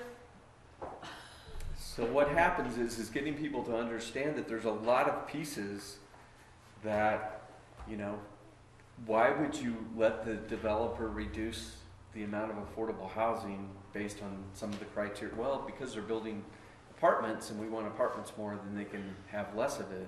But at the same time, the developer's benefiting from a 3% PIF that he can use for his costs. And just trying to make sure that the right questions are getting asked and that the commissioners understand the questions that we are asking. And the good news is that they're asking them back to the staff in Eagle County. Susan and I have a meeting tomorrow morning, conference call, with the housing folks in Eagle County as well as the planner to sort of go through, this is what our requirement would be if we were to pick the higher of two. This is what it would require the developer to do. And then to get more discussion about those public improvement fees and what they're being used for. Because maybe they should be a contribution to the intersection that's already been improved. You know, maybe there needs to be a contribution there. They've agreed to contribute to the underpass. Can but the there might county be... say what the PIP is for? Mm-hmm. Yes, Just they like can. we can? Mm-hmm. Yes, they can. Don't they have to contribute to the underpass? 975,000. Yeah, they do. No, they... Well, they don't have to. Right, that's what... But and that's the county's gonna make them, because they agreed yes, to. we hope so. Yes, we hope so. And that's the thing that you have to work through is to get everyone to understand what that can be used for. And so when they say we're going to pay you for police services, you know, my question back is, with what? I don't consider that a big concession on their part. What? If they're going to pay for police services, of course you will. You know, it's $970,000. That's agreeing to pay that to me is not a big concession on their part. That's the cost of doing their business. Well, no, we have a request in before them that says the impact that we're already seeing and that this development will create requires a payment to the town of Basalt, even if it stays unincorporated. It's $250. Right. And there's nothing that requires them to do that. We've just put it on the table as something that you have to consider because we're already providing those services and not being reimbursed. 975 was Good gift. It's not written down anywhere. It's a promise. That's all it is at the moment. Can I ask another favor as to roster the Mid-Valley? I lost track of who's even on that plan commission. We can give you a roster of list. those, yeah. Here's what you're going to tell us. Right. And then to make sure that the questions get asked in a way that the commissioners can follow up and ask more questions. And that's sort of the best avenue in terms of getting people to understand it. Because to me, it looks like a pro forma development. That this development is based on a pro forma that nobody sees. It's not form-based code because form-based code would have been a discussion with the community as to what gets built and what it looks like. So that really didn't happen. It's a bulk zoning request because they want flexibility in where they can put things and how much they can put. And is there any limit on commercial currently? No, not currently. Currently no limit on commercial, but a limit on residential that can be developed as part of the proposed application. So, and there's another one Thursday? Thursday. And this is traffic. This is traffic, potentially affordable Housing. housing, Traffic, transportation, and Yeah. age at the end. Yeah, I love the part where they say they don't really have to build a lot of parking or anything, and it's going to be a pedestrian thing in from the houses that are way back on the other side of the property. They may build a bridge across the way, Really? but they may not. Right. That's the hard part. They already built a bridge through the wetland. Anyway, It's the most so do you want nebulous any thing of us ever. Thursday, or you, whether we stay away?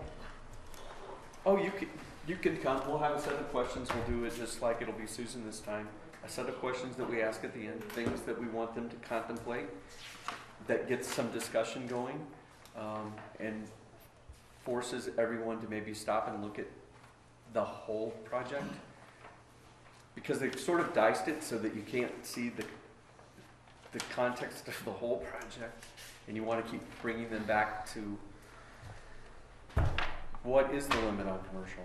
If you agree that you're not going to combine parcels, we'll take grocery stores and hotels off because you don't have any sites that are big enough nor big enough to park. Well, no, we want to leave those there. Well, then you really are talking about a grocer and a hotel. And you are talking about combining parcels. And this isn't micro-phasing. You know, the absorption rate is only 6,500 to 10,000 square feet a year. We're not going to build a hotel over 5 years.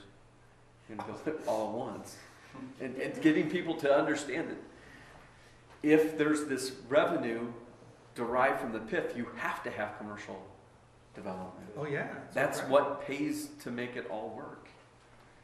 Does anybody have any other questions you want to have Mike consider or take to this meeting on Thursday? Because it'd be nice if we had a united front if there's extra additional stuff. Okay. in that case- Where's the meeting on Thursday? 4 o'clock, Eagle County offices, there by Crown Mountain. Okay. Anything else, any other business? Is there a motion? I move to adjourn. Second. All in favor? Aye. Opposed? Everybody